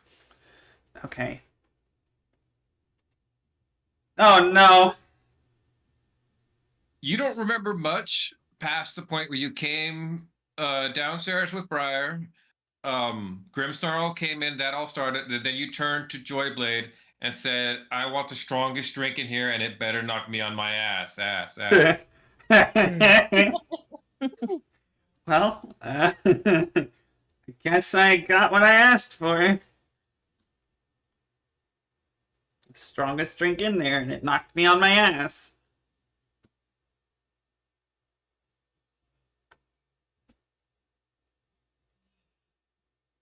Cool. You see, Ari comes into the room with your gear and your dress and stuff in his arms. Damn. He kicks me out and he frickin' sends my gear to me? Well, actually, I went and just grabbed it so that I actually spent a bit of time with Pyzeros last night, and he is just really, really sad and wrecked.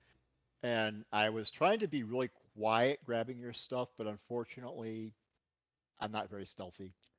So he woke up, and he was very, very disappointed that it was me and not you. So just so you're aware, I think he actually feels some amount of sorrow about it, whatever happened last night. But yeah, I just give you that information, let you know. And anyway, I will let you change into your clothes, and I'll be downstairs. Althea nods and starts dressing.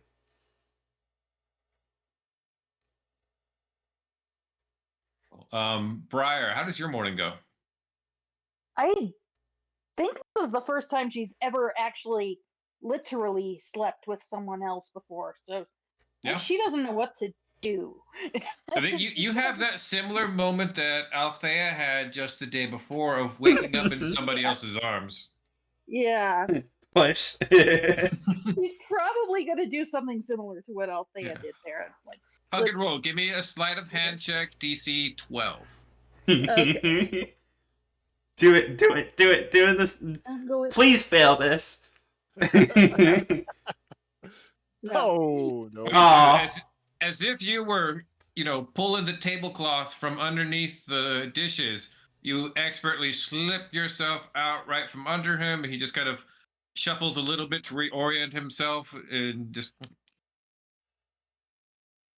sleeping like a baby. Okay, well, I guess I will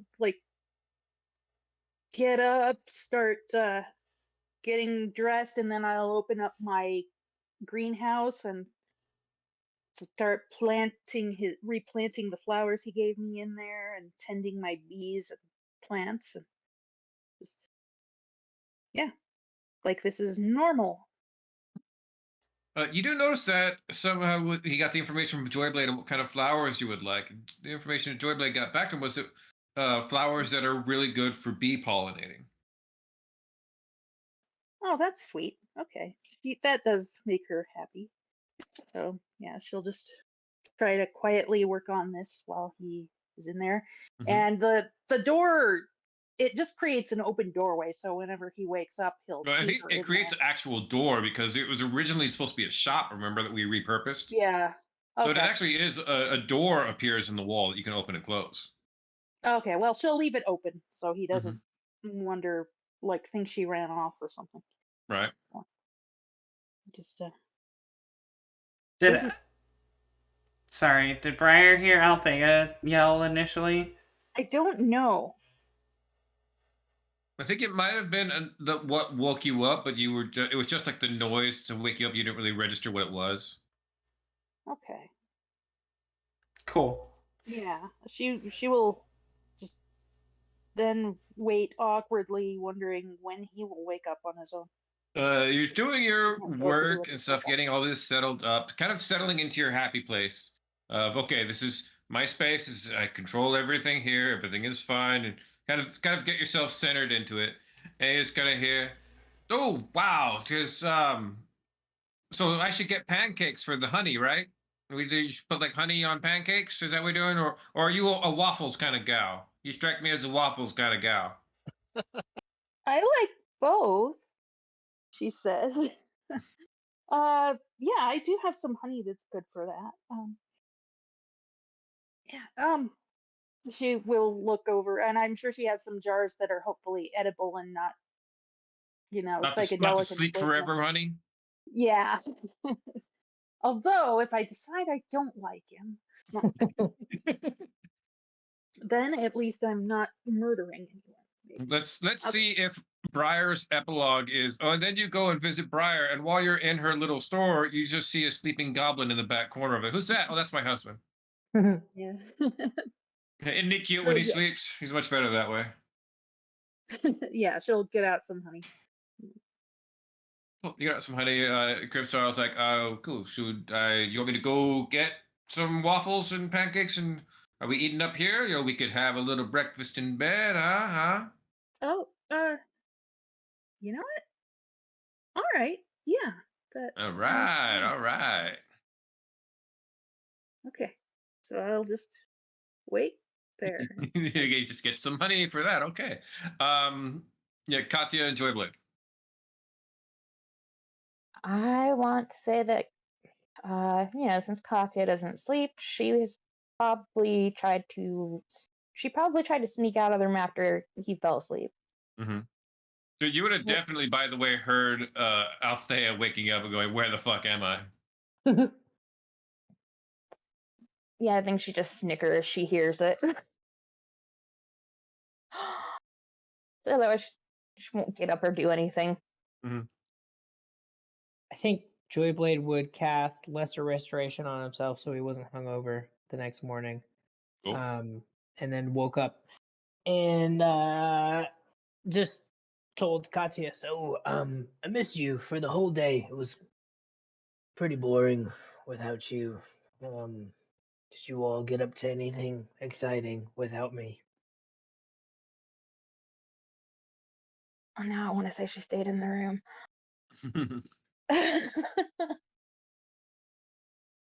Oh my goodness. Fuck. Okay, she stayed in the room, but she like was in the far corner. Uh, What are you doing way over there?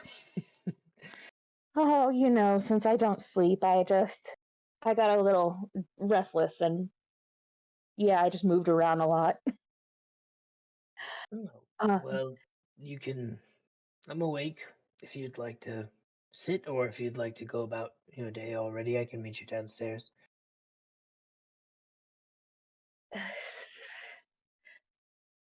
she's gonna stand up and kind of just pace for a second as she tries to figure out what she wants to do.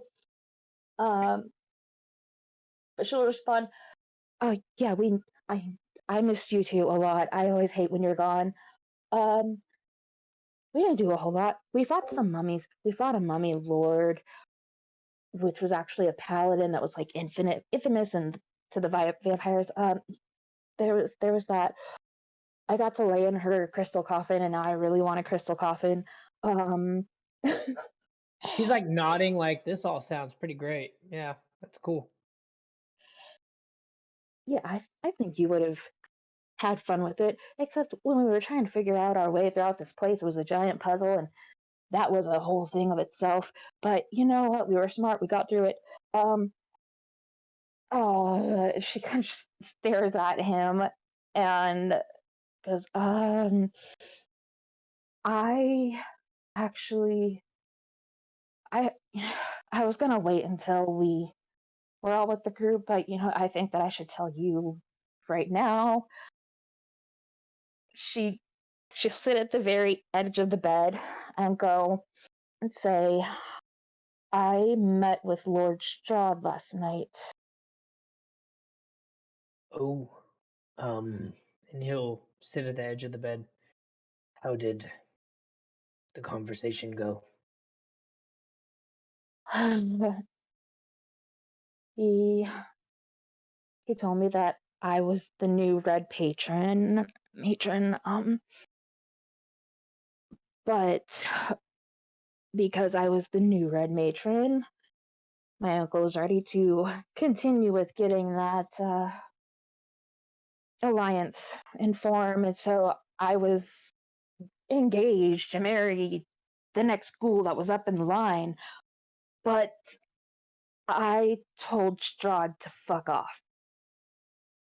You see his, like, as you say red matron, his eyes widen, and then you say engaged to be wed, his eyes kind of narrow, and then you say I told Strahd to fuck off, then he looks a little concerned.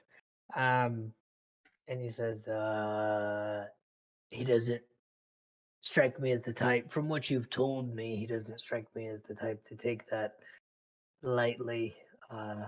What what was his response to being told to fuck off? I basically made a huge enemy, Right. and he revoked the deal that we made. So, Oh, right. but she's gonna hold his hand and just say, if I can break off an oath with Strahd, I feel that I can overpower this too. I am not going to kill you. He will hold your hand and cup it so that like his like left hand is resting on top of your hand, your left hand. He'll hold it like in between his and go, you know, my darling Katya, should whatever happen, I would be more than willing to give my life for you at any given time. Not saying that would happen, but should it happen, without a doubt, I would do whatever it took for you. and I'm gonna try to sleight of hand a ring on Katya's finger as best I can without her noticing right away. I'm trying to do a little trick. What is my sleight of hand? 11? Okay, let's try the dice. 11, that's a 20, a dirty 20 in total. I'm gonna sleight of hand a little ring on your ring finger. And you left Joyblade around the shop for a long time. He's gonna sleight of hand a ring on your ring finger and say, "We've talked about it, and I've meant to ask you, and this isn't exactly, when I thought I would do it, talking about me possibly dying, but I love you, and whatever my life or your unlife be, I would like to spend it together if you would honor me with your hand in marriage."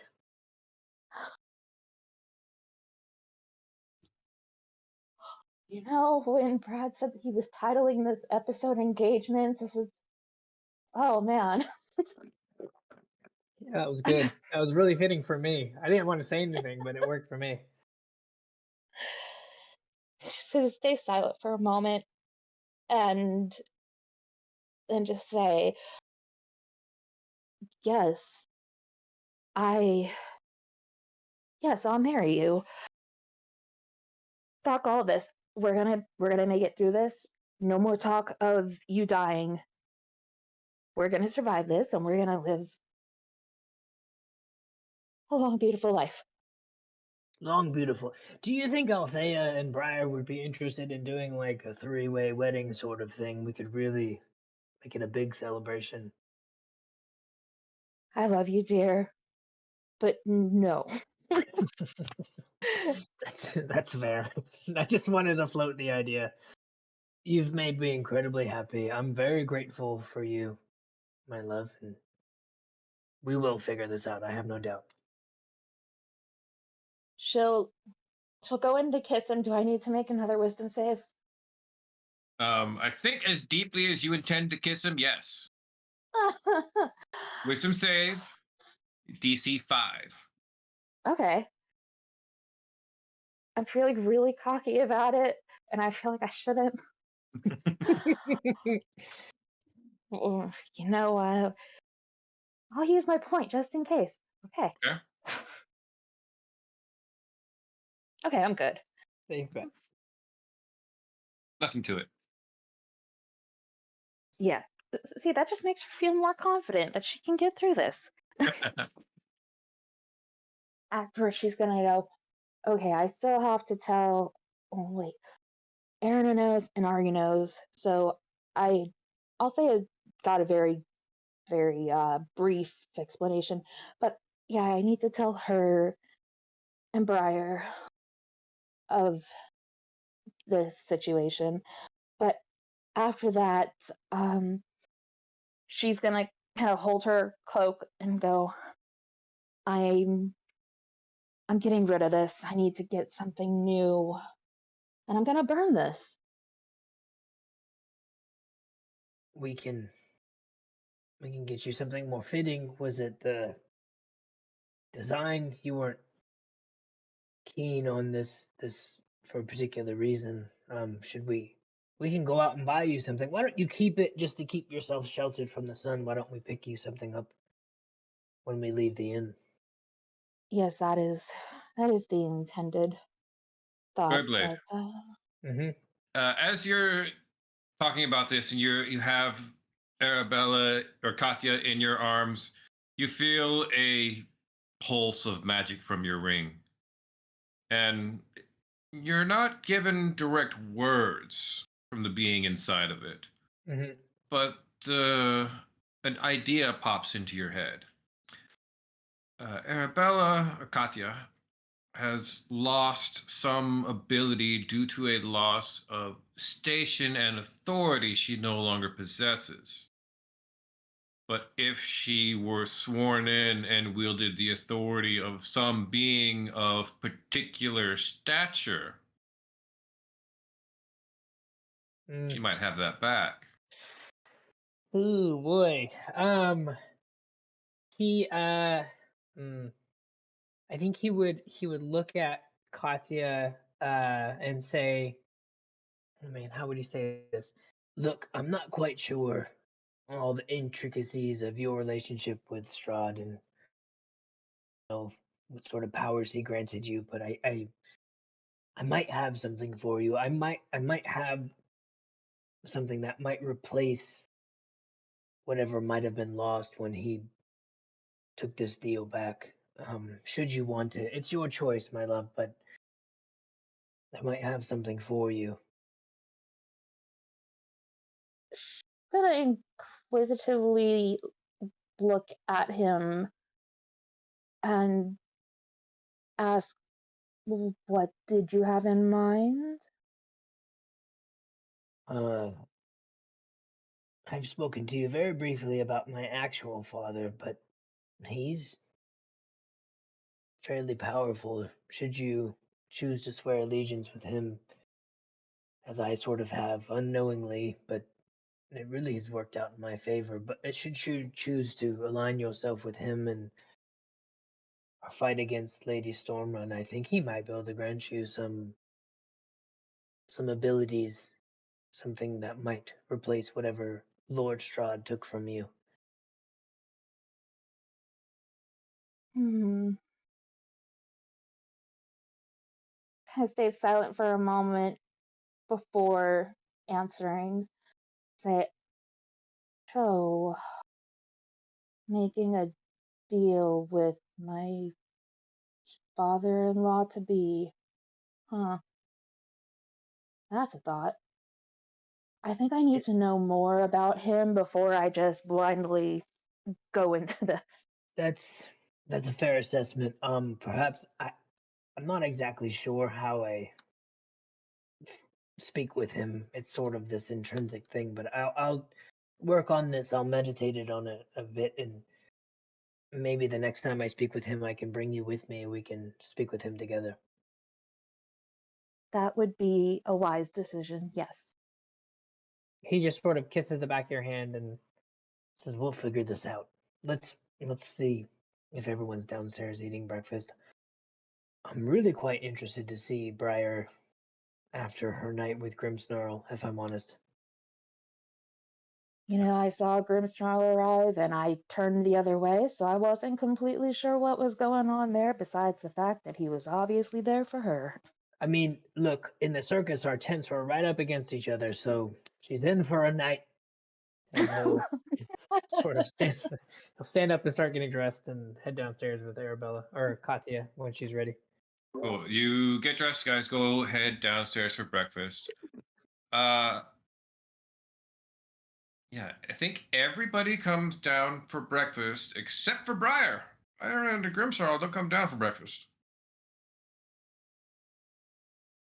Does Pyzeros come down? He does not. Hmm. Do they not come down in a way that's like concerning enough that we'd maybe one or two of us would go up and knock on the door to be like, "Hey, are you guys joining us?" Or is it like, I don't know. I don't know. Would Like, you depends? Would Joyblade ask anybody else about them not coming down, or would you go up to their room to check on them? No, he'd probably just go. I think after a certain period, he would just get up and excuse himself and go and knock on the door. Would Ari notice a large stack of pancakes and waffles heading upstairs by serving people? Good question. No, because Grimsnarl came down earlier to get that himself, while Briar was getting the honey. Okay. Althea's gonna get a second plate and excuse herself and say, I have to make amends. You got to do that. Joyblade, you go up to Briar's room. Mm-hmm. I think he would try to be discreet. He doesn't want to embarrass Briar or anything, but I think he would go up and check, yeah, quietly. He really likes honey. Sure, but you knock on the door, it pops open, and you see Grimsnarl kind of stick his head out. He has on a spiked collar and what is clearly honey on his cheeks. Oh boy. Also, food is a Droidblade, good hey, way how you to doing, buddy? make you happy. I'm in the middle of breakfast here. Oh boy. Like, I mean, maybe bang on the floor twice. I don't know. Make some sort of noise so we know you're done. We've got. Oh, we're things we about to need make. do. We're making plenty of noise, but I had one of my goblin wizards put the silence and spell on the door here. Okay, I'll just I'll look for like a piece of thread or something, some fabric, anything like a napkin from food Yeah. and syrup, and I'll tie it around the knob and just go. Look, just take the fucking thing off the knob so we know you're done. I mean, I don't want to. I'll peek my head in. Hey, Briar, and then I'll poke my head back out and I'll just leave.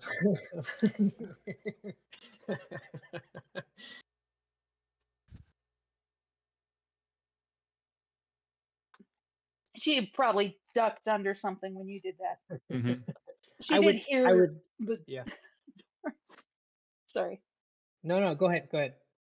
No, that's it. Like, I No. assume she heard you talking to Grimmsnarl, so she. Yeah. Yeah.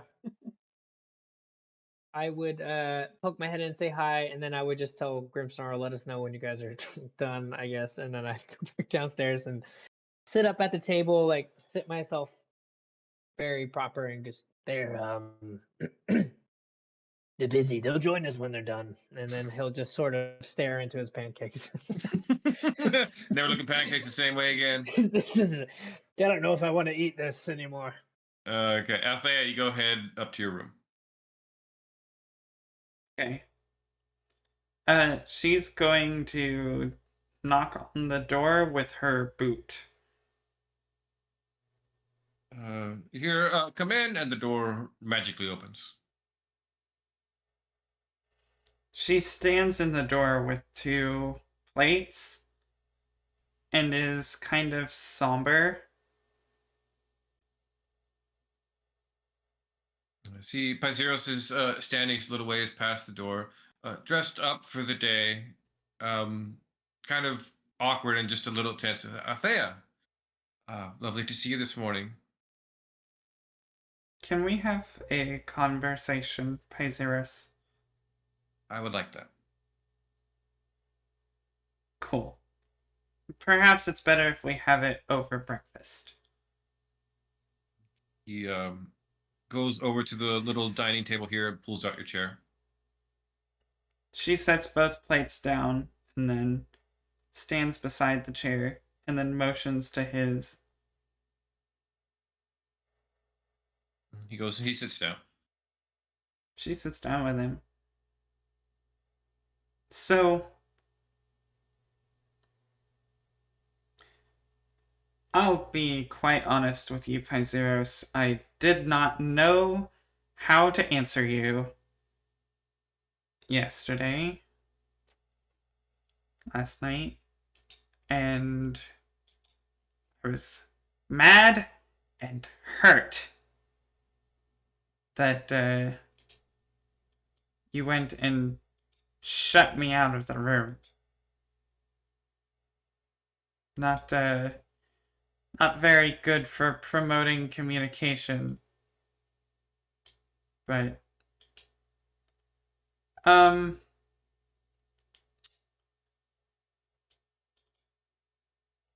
look, I think that it's lovely that you care about me as much as you do. I, to my knowledge, have only been cared about as much as you do by 1, maybe 2 other people in my entire life. And it's not something I'm used to. But, when you asked me if Brad, remind me his exact wording, please. Does it not bother you that my heart aches to see you injured? That your pain brings me pain?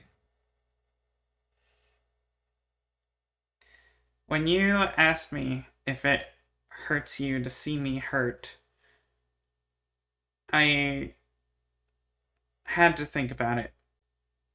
And the short answer is yes, it does bother me.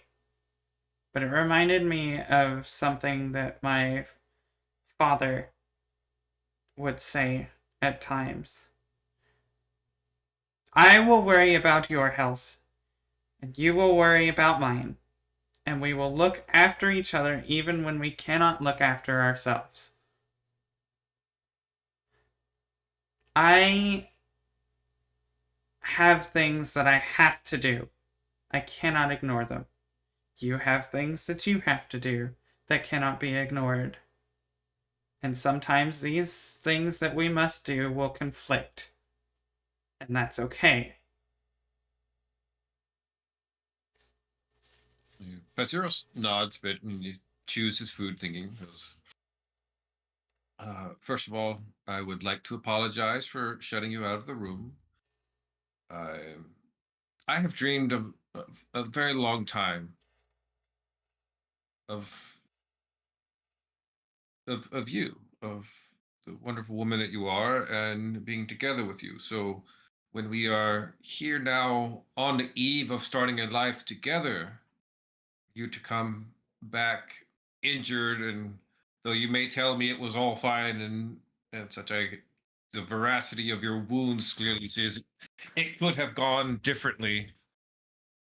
I was quite terrified that so close to what I've always dreamed of, that it could be ripped away from me. And then for you to hesitate about any concern for your own well-being, I overreacted.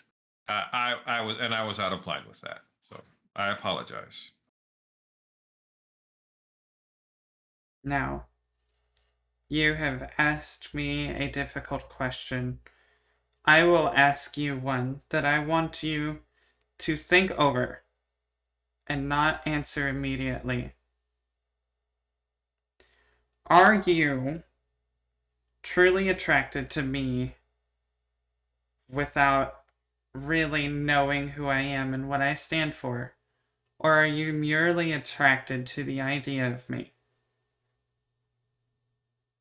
The idea of being with Princess Althea of the Winter Court. It's a question that I often wonder to myself.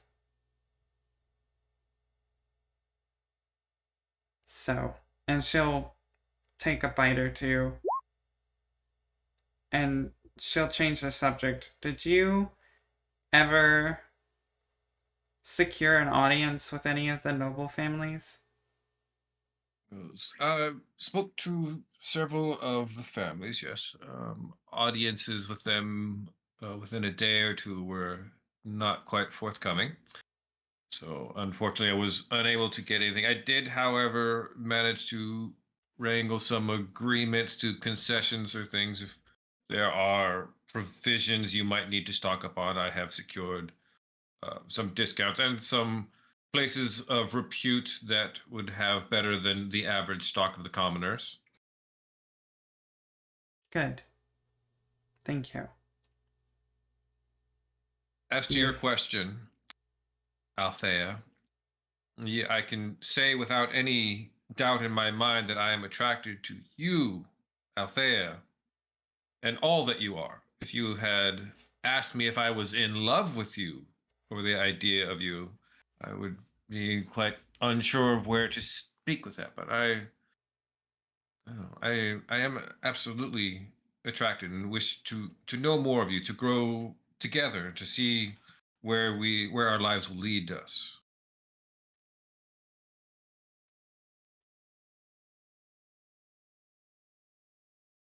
I'll think it over.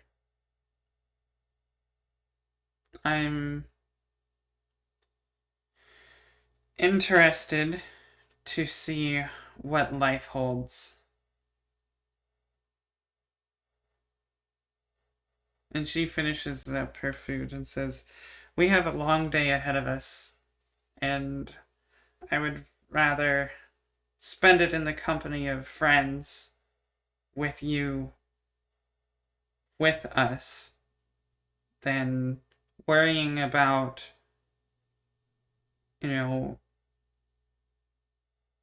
conflicts that are not resolved. I would like to spend a day without having to concern ourselves with future matters. I think that would be good for us. Good.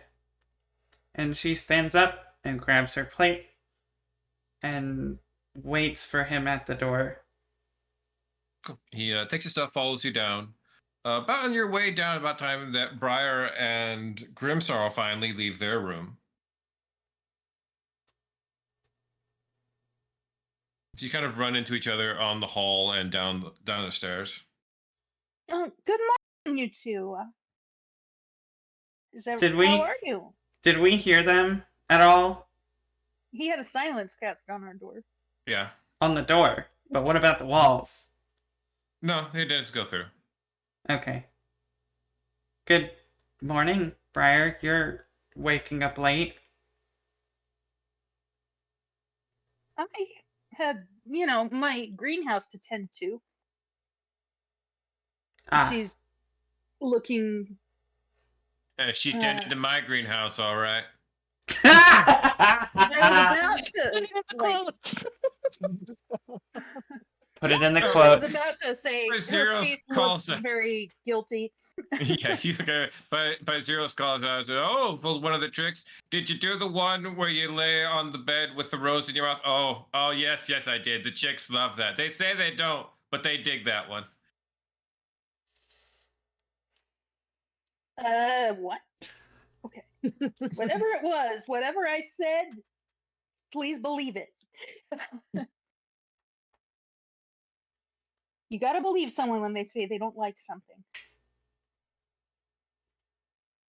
Yeah, of course, honeybee, of course. Come on, let's all go eat downstairs, go see all your friends. Yeah.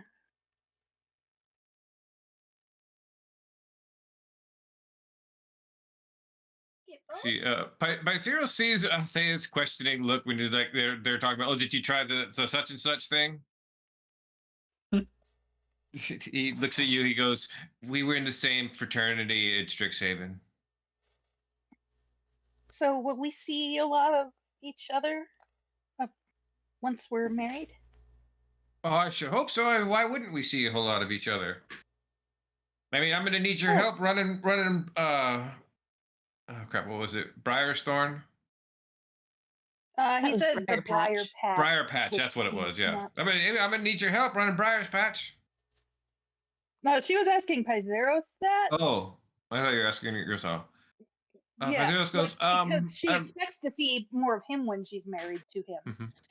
You know. Well, yes, I suppose so. If you avail yourself to court, quite often, it's such Grimstar typically does not come to court all that much, and then dependent upon what section of the Feywild the Queen Mother decides to give us to rule over, then we could probably see if that section might have some annexations to the Margrave. We'll talk about that. Then you could, be a secondary part. You could show up for court and things like that. Oh, we will have the most loveliest balls. I just wanted to make sure, that I wanted to have some. Althea pats Briar on the head and says, "I will summon you regularly." Okay. She nods. That's a splendid idea. We should. He turns to Griswold. We should make sure there's a summoning circle in this Briar's Patch that connects over to the Feywild. Yeah. What could go wrong? Yeah. As long as that's not an encroachment on grandmother. We shall send some envoys. We'll get it squared away. Okay. After all, the Goblin Court and the Margrave are now, are soon to be intertwined in alliance by marriage. Yeah. Yeah. And she smiles. You guys go down and join up with everybody for breakfast as you guys kind of get ready for things. I want to run the scene of Ari's lunch before we finish out tonight. Okay. Cool. So, Ari, about noontime comes. You know, it's time to go and head for your meeting with Diome. Do you take anybody with you? No, I go by myself. Okay. Do you tell us where you're going? Yeah. I mentioned Okay, everybody. Briar definitely offered to come with if you told us. Yeah. Guillaume has asked me to come by. He swears on his.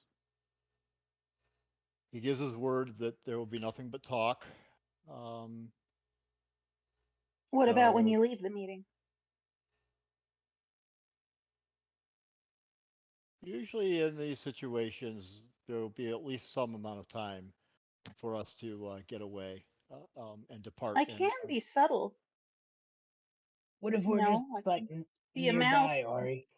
Yeah. What if like Briar's a mouse like around the corner just to keep an eye? I was thinking in his pocket.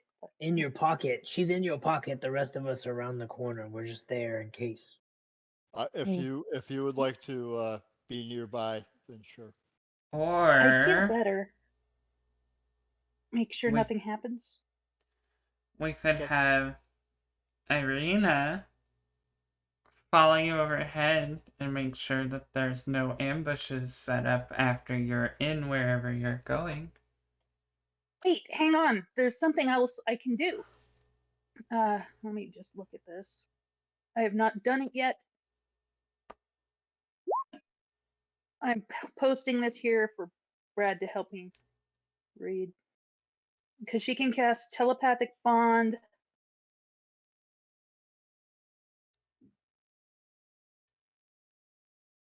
Oh, that's pretty clutch. Yeah, let me see how long. Where is it? I can't find the spell on my spell list now, and I'm losing my. Oh, there it is. Back bond duration's 1 hour. Yeah. And I think I can link. 8 creatures. Yeah, so I That's can get us all in that. that's pretty great. What if Irina is running point and can let us know if she sees something? I still think we should be nearby just in case. Arena, Yeah, would I could you still be in your pocket. Arena, would you care to do Overwatch? Arena's not there. No. Arena's up top. She stayed out all night. She didn't feel comfortable around everybody. Didn't even come down for breakfast. Nope. Okay. Oh, where did Arena get off to?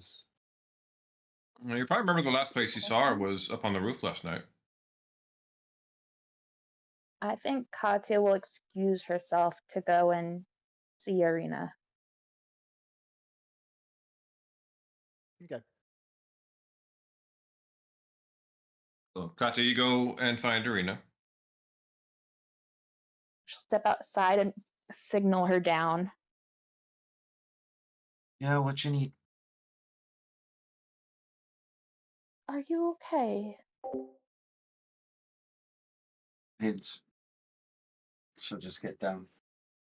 Depends on who needs killing and shit. Apparently. What, you need me to run point or something? Well, and the others inside are wondering if you would be wanting to, but right now I'm not concerned for that. I am concerned for you. Are you gonna be concerned for me? Everything that's bad could have already happened has already happened. The only thing that I have left after here that's gone bad is either my dad dying or me. So, yeah, I'm peachy keen. She'll walk past you. And she's gonna follow and go. I know that you're trying to stay in that, you want to be in that mindset of, if I already think the worst, I don't have to be surprised when yeah, I know you're in that mindset, but darling, from what we know, your father is still out there. I don't want you to set yourself in doom and gloom. There's there's the possibility for so much. I'll just kind of whip around her wings are not extended; they're just kind of really tucked right next to her, and just goes, "If I try to bring myself any higher, I'm just gonna keep falling.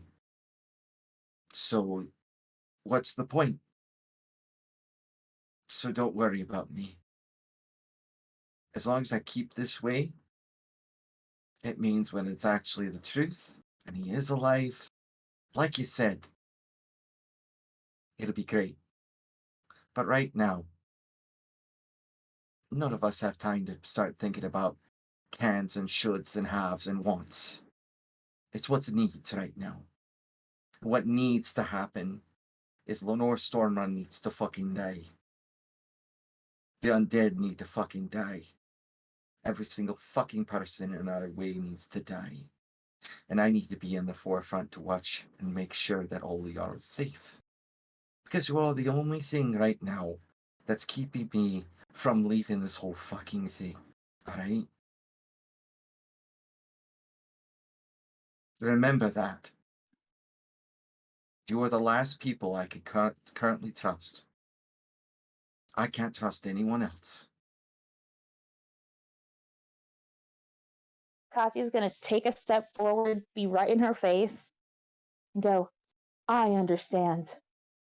I completely fucking understand, but I am concerned for you. Whether you realize it or not, you are my best friend, and I need my best fucking friend to pull herself together and realize who the fuck she is. Regardless of what the fuck is going on, you just. You are a powerful fucking bitch. This doom and gloom is not going to win over. We are going to kill a North Storm Run. We're going to kill anything else that is required. I want to say killing all undead is going to be a bit far because that's me, but we're going to kill anyone else that comes in our fucking way that we have to. Um, Yeah. she goes quiet for a moment. She thinks it all over because she's still trying to process the whole thing with Strahd. And just goes, please, Erna. I need you, and I need the you. That is not going to let anyone take her down or hold her back or anything. She'll just Even kind if it comes to the worst possible situations, we're going to do as we said we were going. You and I both, we're going to keep going. We're going to keep putting one foot in front of the other. We're going to honor everything. is just kind of, her face is very, very solemn. She's been all night reading poems and stories and little gossip notes that her dad used to write about her mom. And just getting into that point, she'll just look at her and go, you want to stop me from feeling this way? You give me some fucking good news for once. Because right now, my entire table is full of nothing but failure and bad news. So let's just go with that. Okay. I mean, I have some good news that I could share right now. Save it. We gotta kill things. Or possibly kill things. Let me stay in this Yeah, mindset so I don't feel things for it. yeah. She'll spin back around and head inside.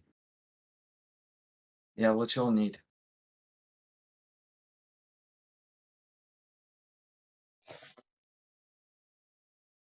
I was gonna link us all together as a hive mind for an hour so that we can all keep an eye and make sure Ari's okay when he goes to this meeting. I go meet Aye. with an old friend who also was leading up the hunt for me. Where's the location? at the inn, a couple blocks over. All right, I'll head out. Make sure everything's good. Wait, let me. Actually, how far? Let me look at the spell again. 30 feet, one action. So Okay, but just a will quick it thing up. last once It will we all last 1 go our hour. separate ways? Yeah. I mean, even that. Well, can we separate further distances? Is what I'm trying to say. Yeah, I don't think it really has a distance limit to it once you've said it. Okay, then I'll cast the spell when we're ready to go. Yeah, the communication is possible over any distance, though it can't extend to other planes of existence. Cool. And I will, I guess, say goodbye to Grimsnarl. Say it was good to see you. Takes your hand, kisses it, and then like kisses up your arm a little bit. Oh, it was wonderful to see you too, my little honeybee. Yeah, she's bright red when he calls her that in front of everybody. Now you hurry back from this here job of yours, and when you get back, we're gonna slam down big style, okay? No, you did not just say Yes, that. great job, She Brad. goes- Great job. She like What? is looking down at the floor and just turns into a mouse and runs over to Ari. Gonna slam it down big style, baby. Was that a reference to something? Dimension Yes. 20. Yeah. Oh, it's a- okay. Alright. Yeah. That's all I needed. So yeah, she runs over to Ari. Hopefully he'll help her up into his pocket. Yep. Make sure you find a nice, comfortable place in the folds of my clothes. Get that set up. He goes. Briar just turns into a mouse and goes running away. Grimsar goes, "Yep, still got it." Looks over to you out there. Remember, you missed your chance. It's all passed you by now. She rolls her eyes and leans down towards him and say, I think Paizero's got the better prize. Hey, ouch! Ouch. Ooh, Ooh. what? I thought you were my friend. Jesus. Damn. Did you mean you got the better prize? Because, ouch. We wear pink on Wednesdays. The Grimstar just laughs. Wow. The sounds of jealousy in the morning. I know what it sounds like. Oh boy. He goes, just kind of saunters off. And you guys make your way out to the meeting point.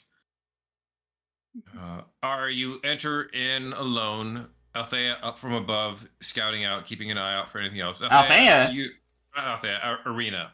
Oh. Arena, give me a perception check. 26. Cool. All clear. Nothing out of the ordinary here. Nobody else that looks paladin-y or looks out of place.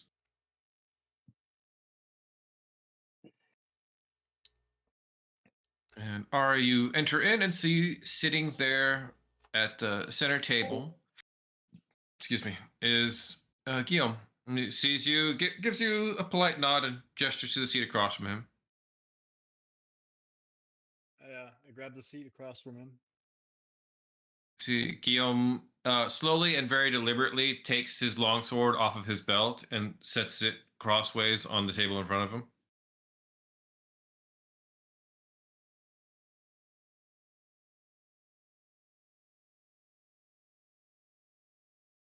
I just put my blade down across the table in front of me. See, Guillaume nods. He goes, I hope you don't mind. I took the liberty of ordering for you. Still prefer your tea the normal way? Indeed. Very good. When the waiter comes by, sets a tea set down, Guillaume goes to making the glass for you.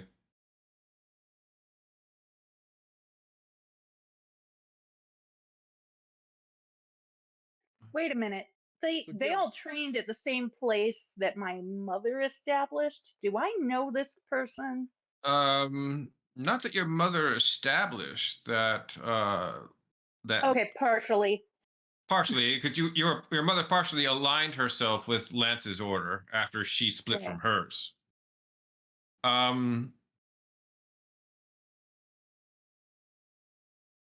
Yeah, you would know because him and Ari were thick as thieves when they were coming up as squires. So you would know of Guillaume. Okay. He says, um, Ari, can we dispense with the pleasantries and get down to business? I don't think it serves either of us to dance around the topic. Sure. You're godless.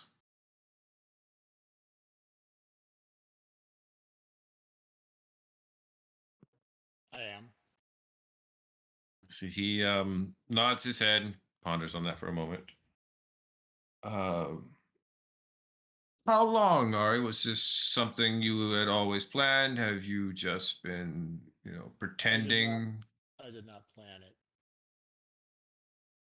Okay. Did you have a choice in the matter? Was this something that happened? Did someone do this to you? I do not believe that I forsook a god, but that the gods have forsaken me. You see, he kind of winces at that one, like it's a rough one we're gonna have to deal with. And he kind of scratches his head. He goes, I'm trying to wrap my head around this, Ari. Let me explain it a little bit better. There's actually multiple layers of what's going on here. The basic problem was that I saw a great evil being done.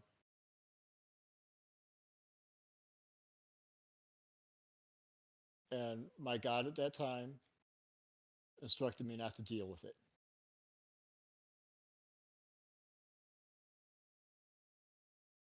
I just could not allow that evil to continue.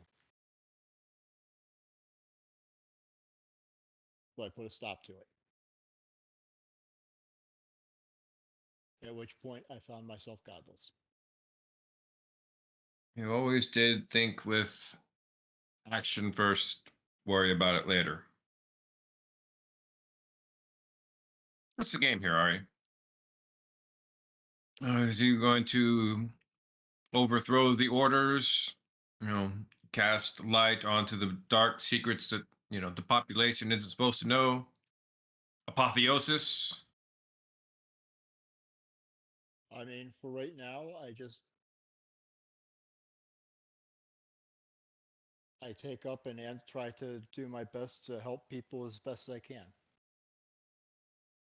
It's all I've ever done. It's all I ever will do. Well, I'm sure your friends have told you. I've been tracking you for a while, and I'm in charge of the one that's supposed to bring you in. I didn't know it was you at first. We didn't know who it was, but you leave a trail where you go. You're not that hard to find.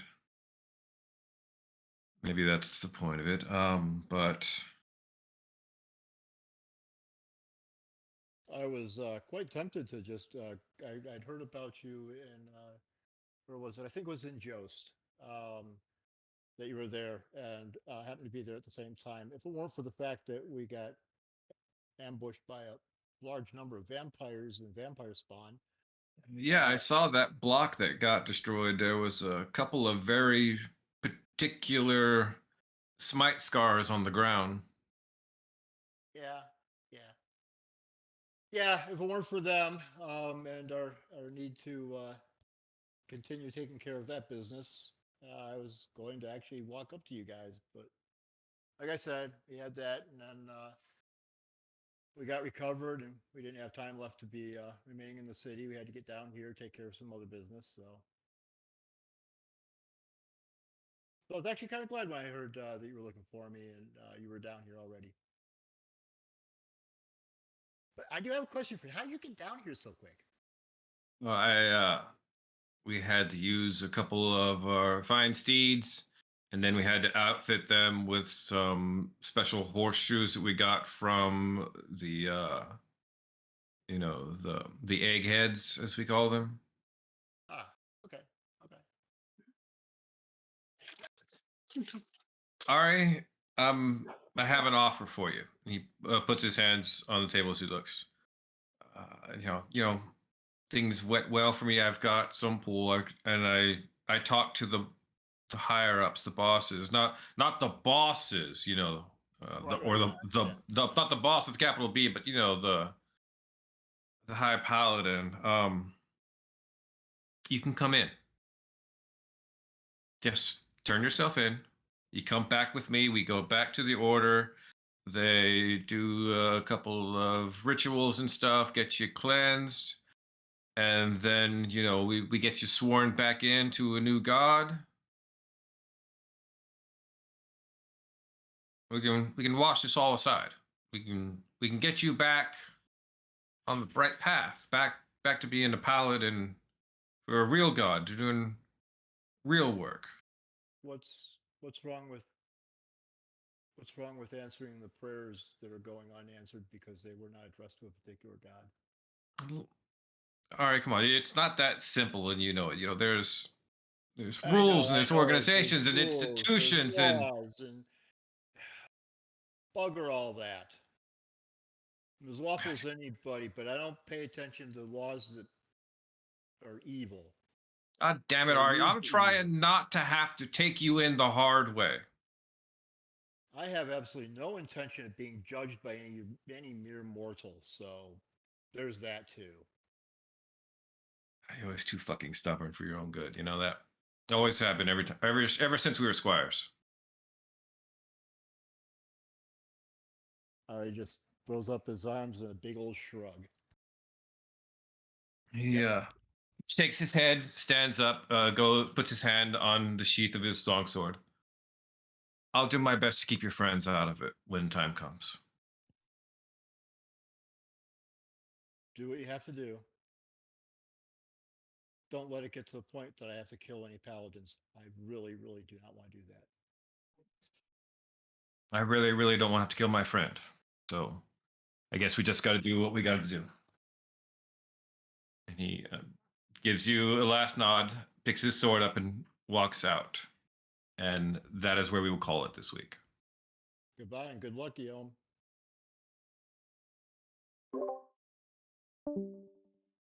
Wow. Oh my god, oh my god, oh my god, oh my god, oh my god. Some really angry squeaking coming out of your pocket once you've gotten out of hearing distance with him. Ari just reaches down and pets her a little bit. It'll be fine. It'll be fine. You Well, need to well, let out well. and turn back into yourself. Yeah, I will. Well, thanks everyone that stuck through the technical difficulties and watched the whole episode. This stream will not be uploaded to YouTube. I'll be uploading the raw audio instead. So, thanks y'all for watching, and we'll see you next week. Join the Discord to stay up to date. Say goodnight, everybody. Good night, Good night, everybody. everybody.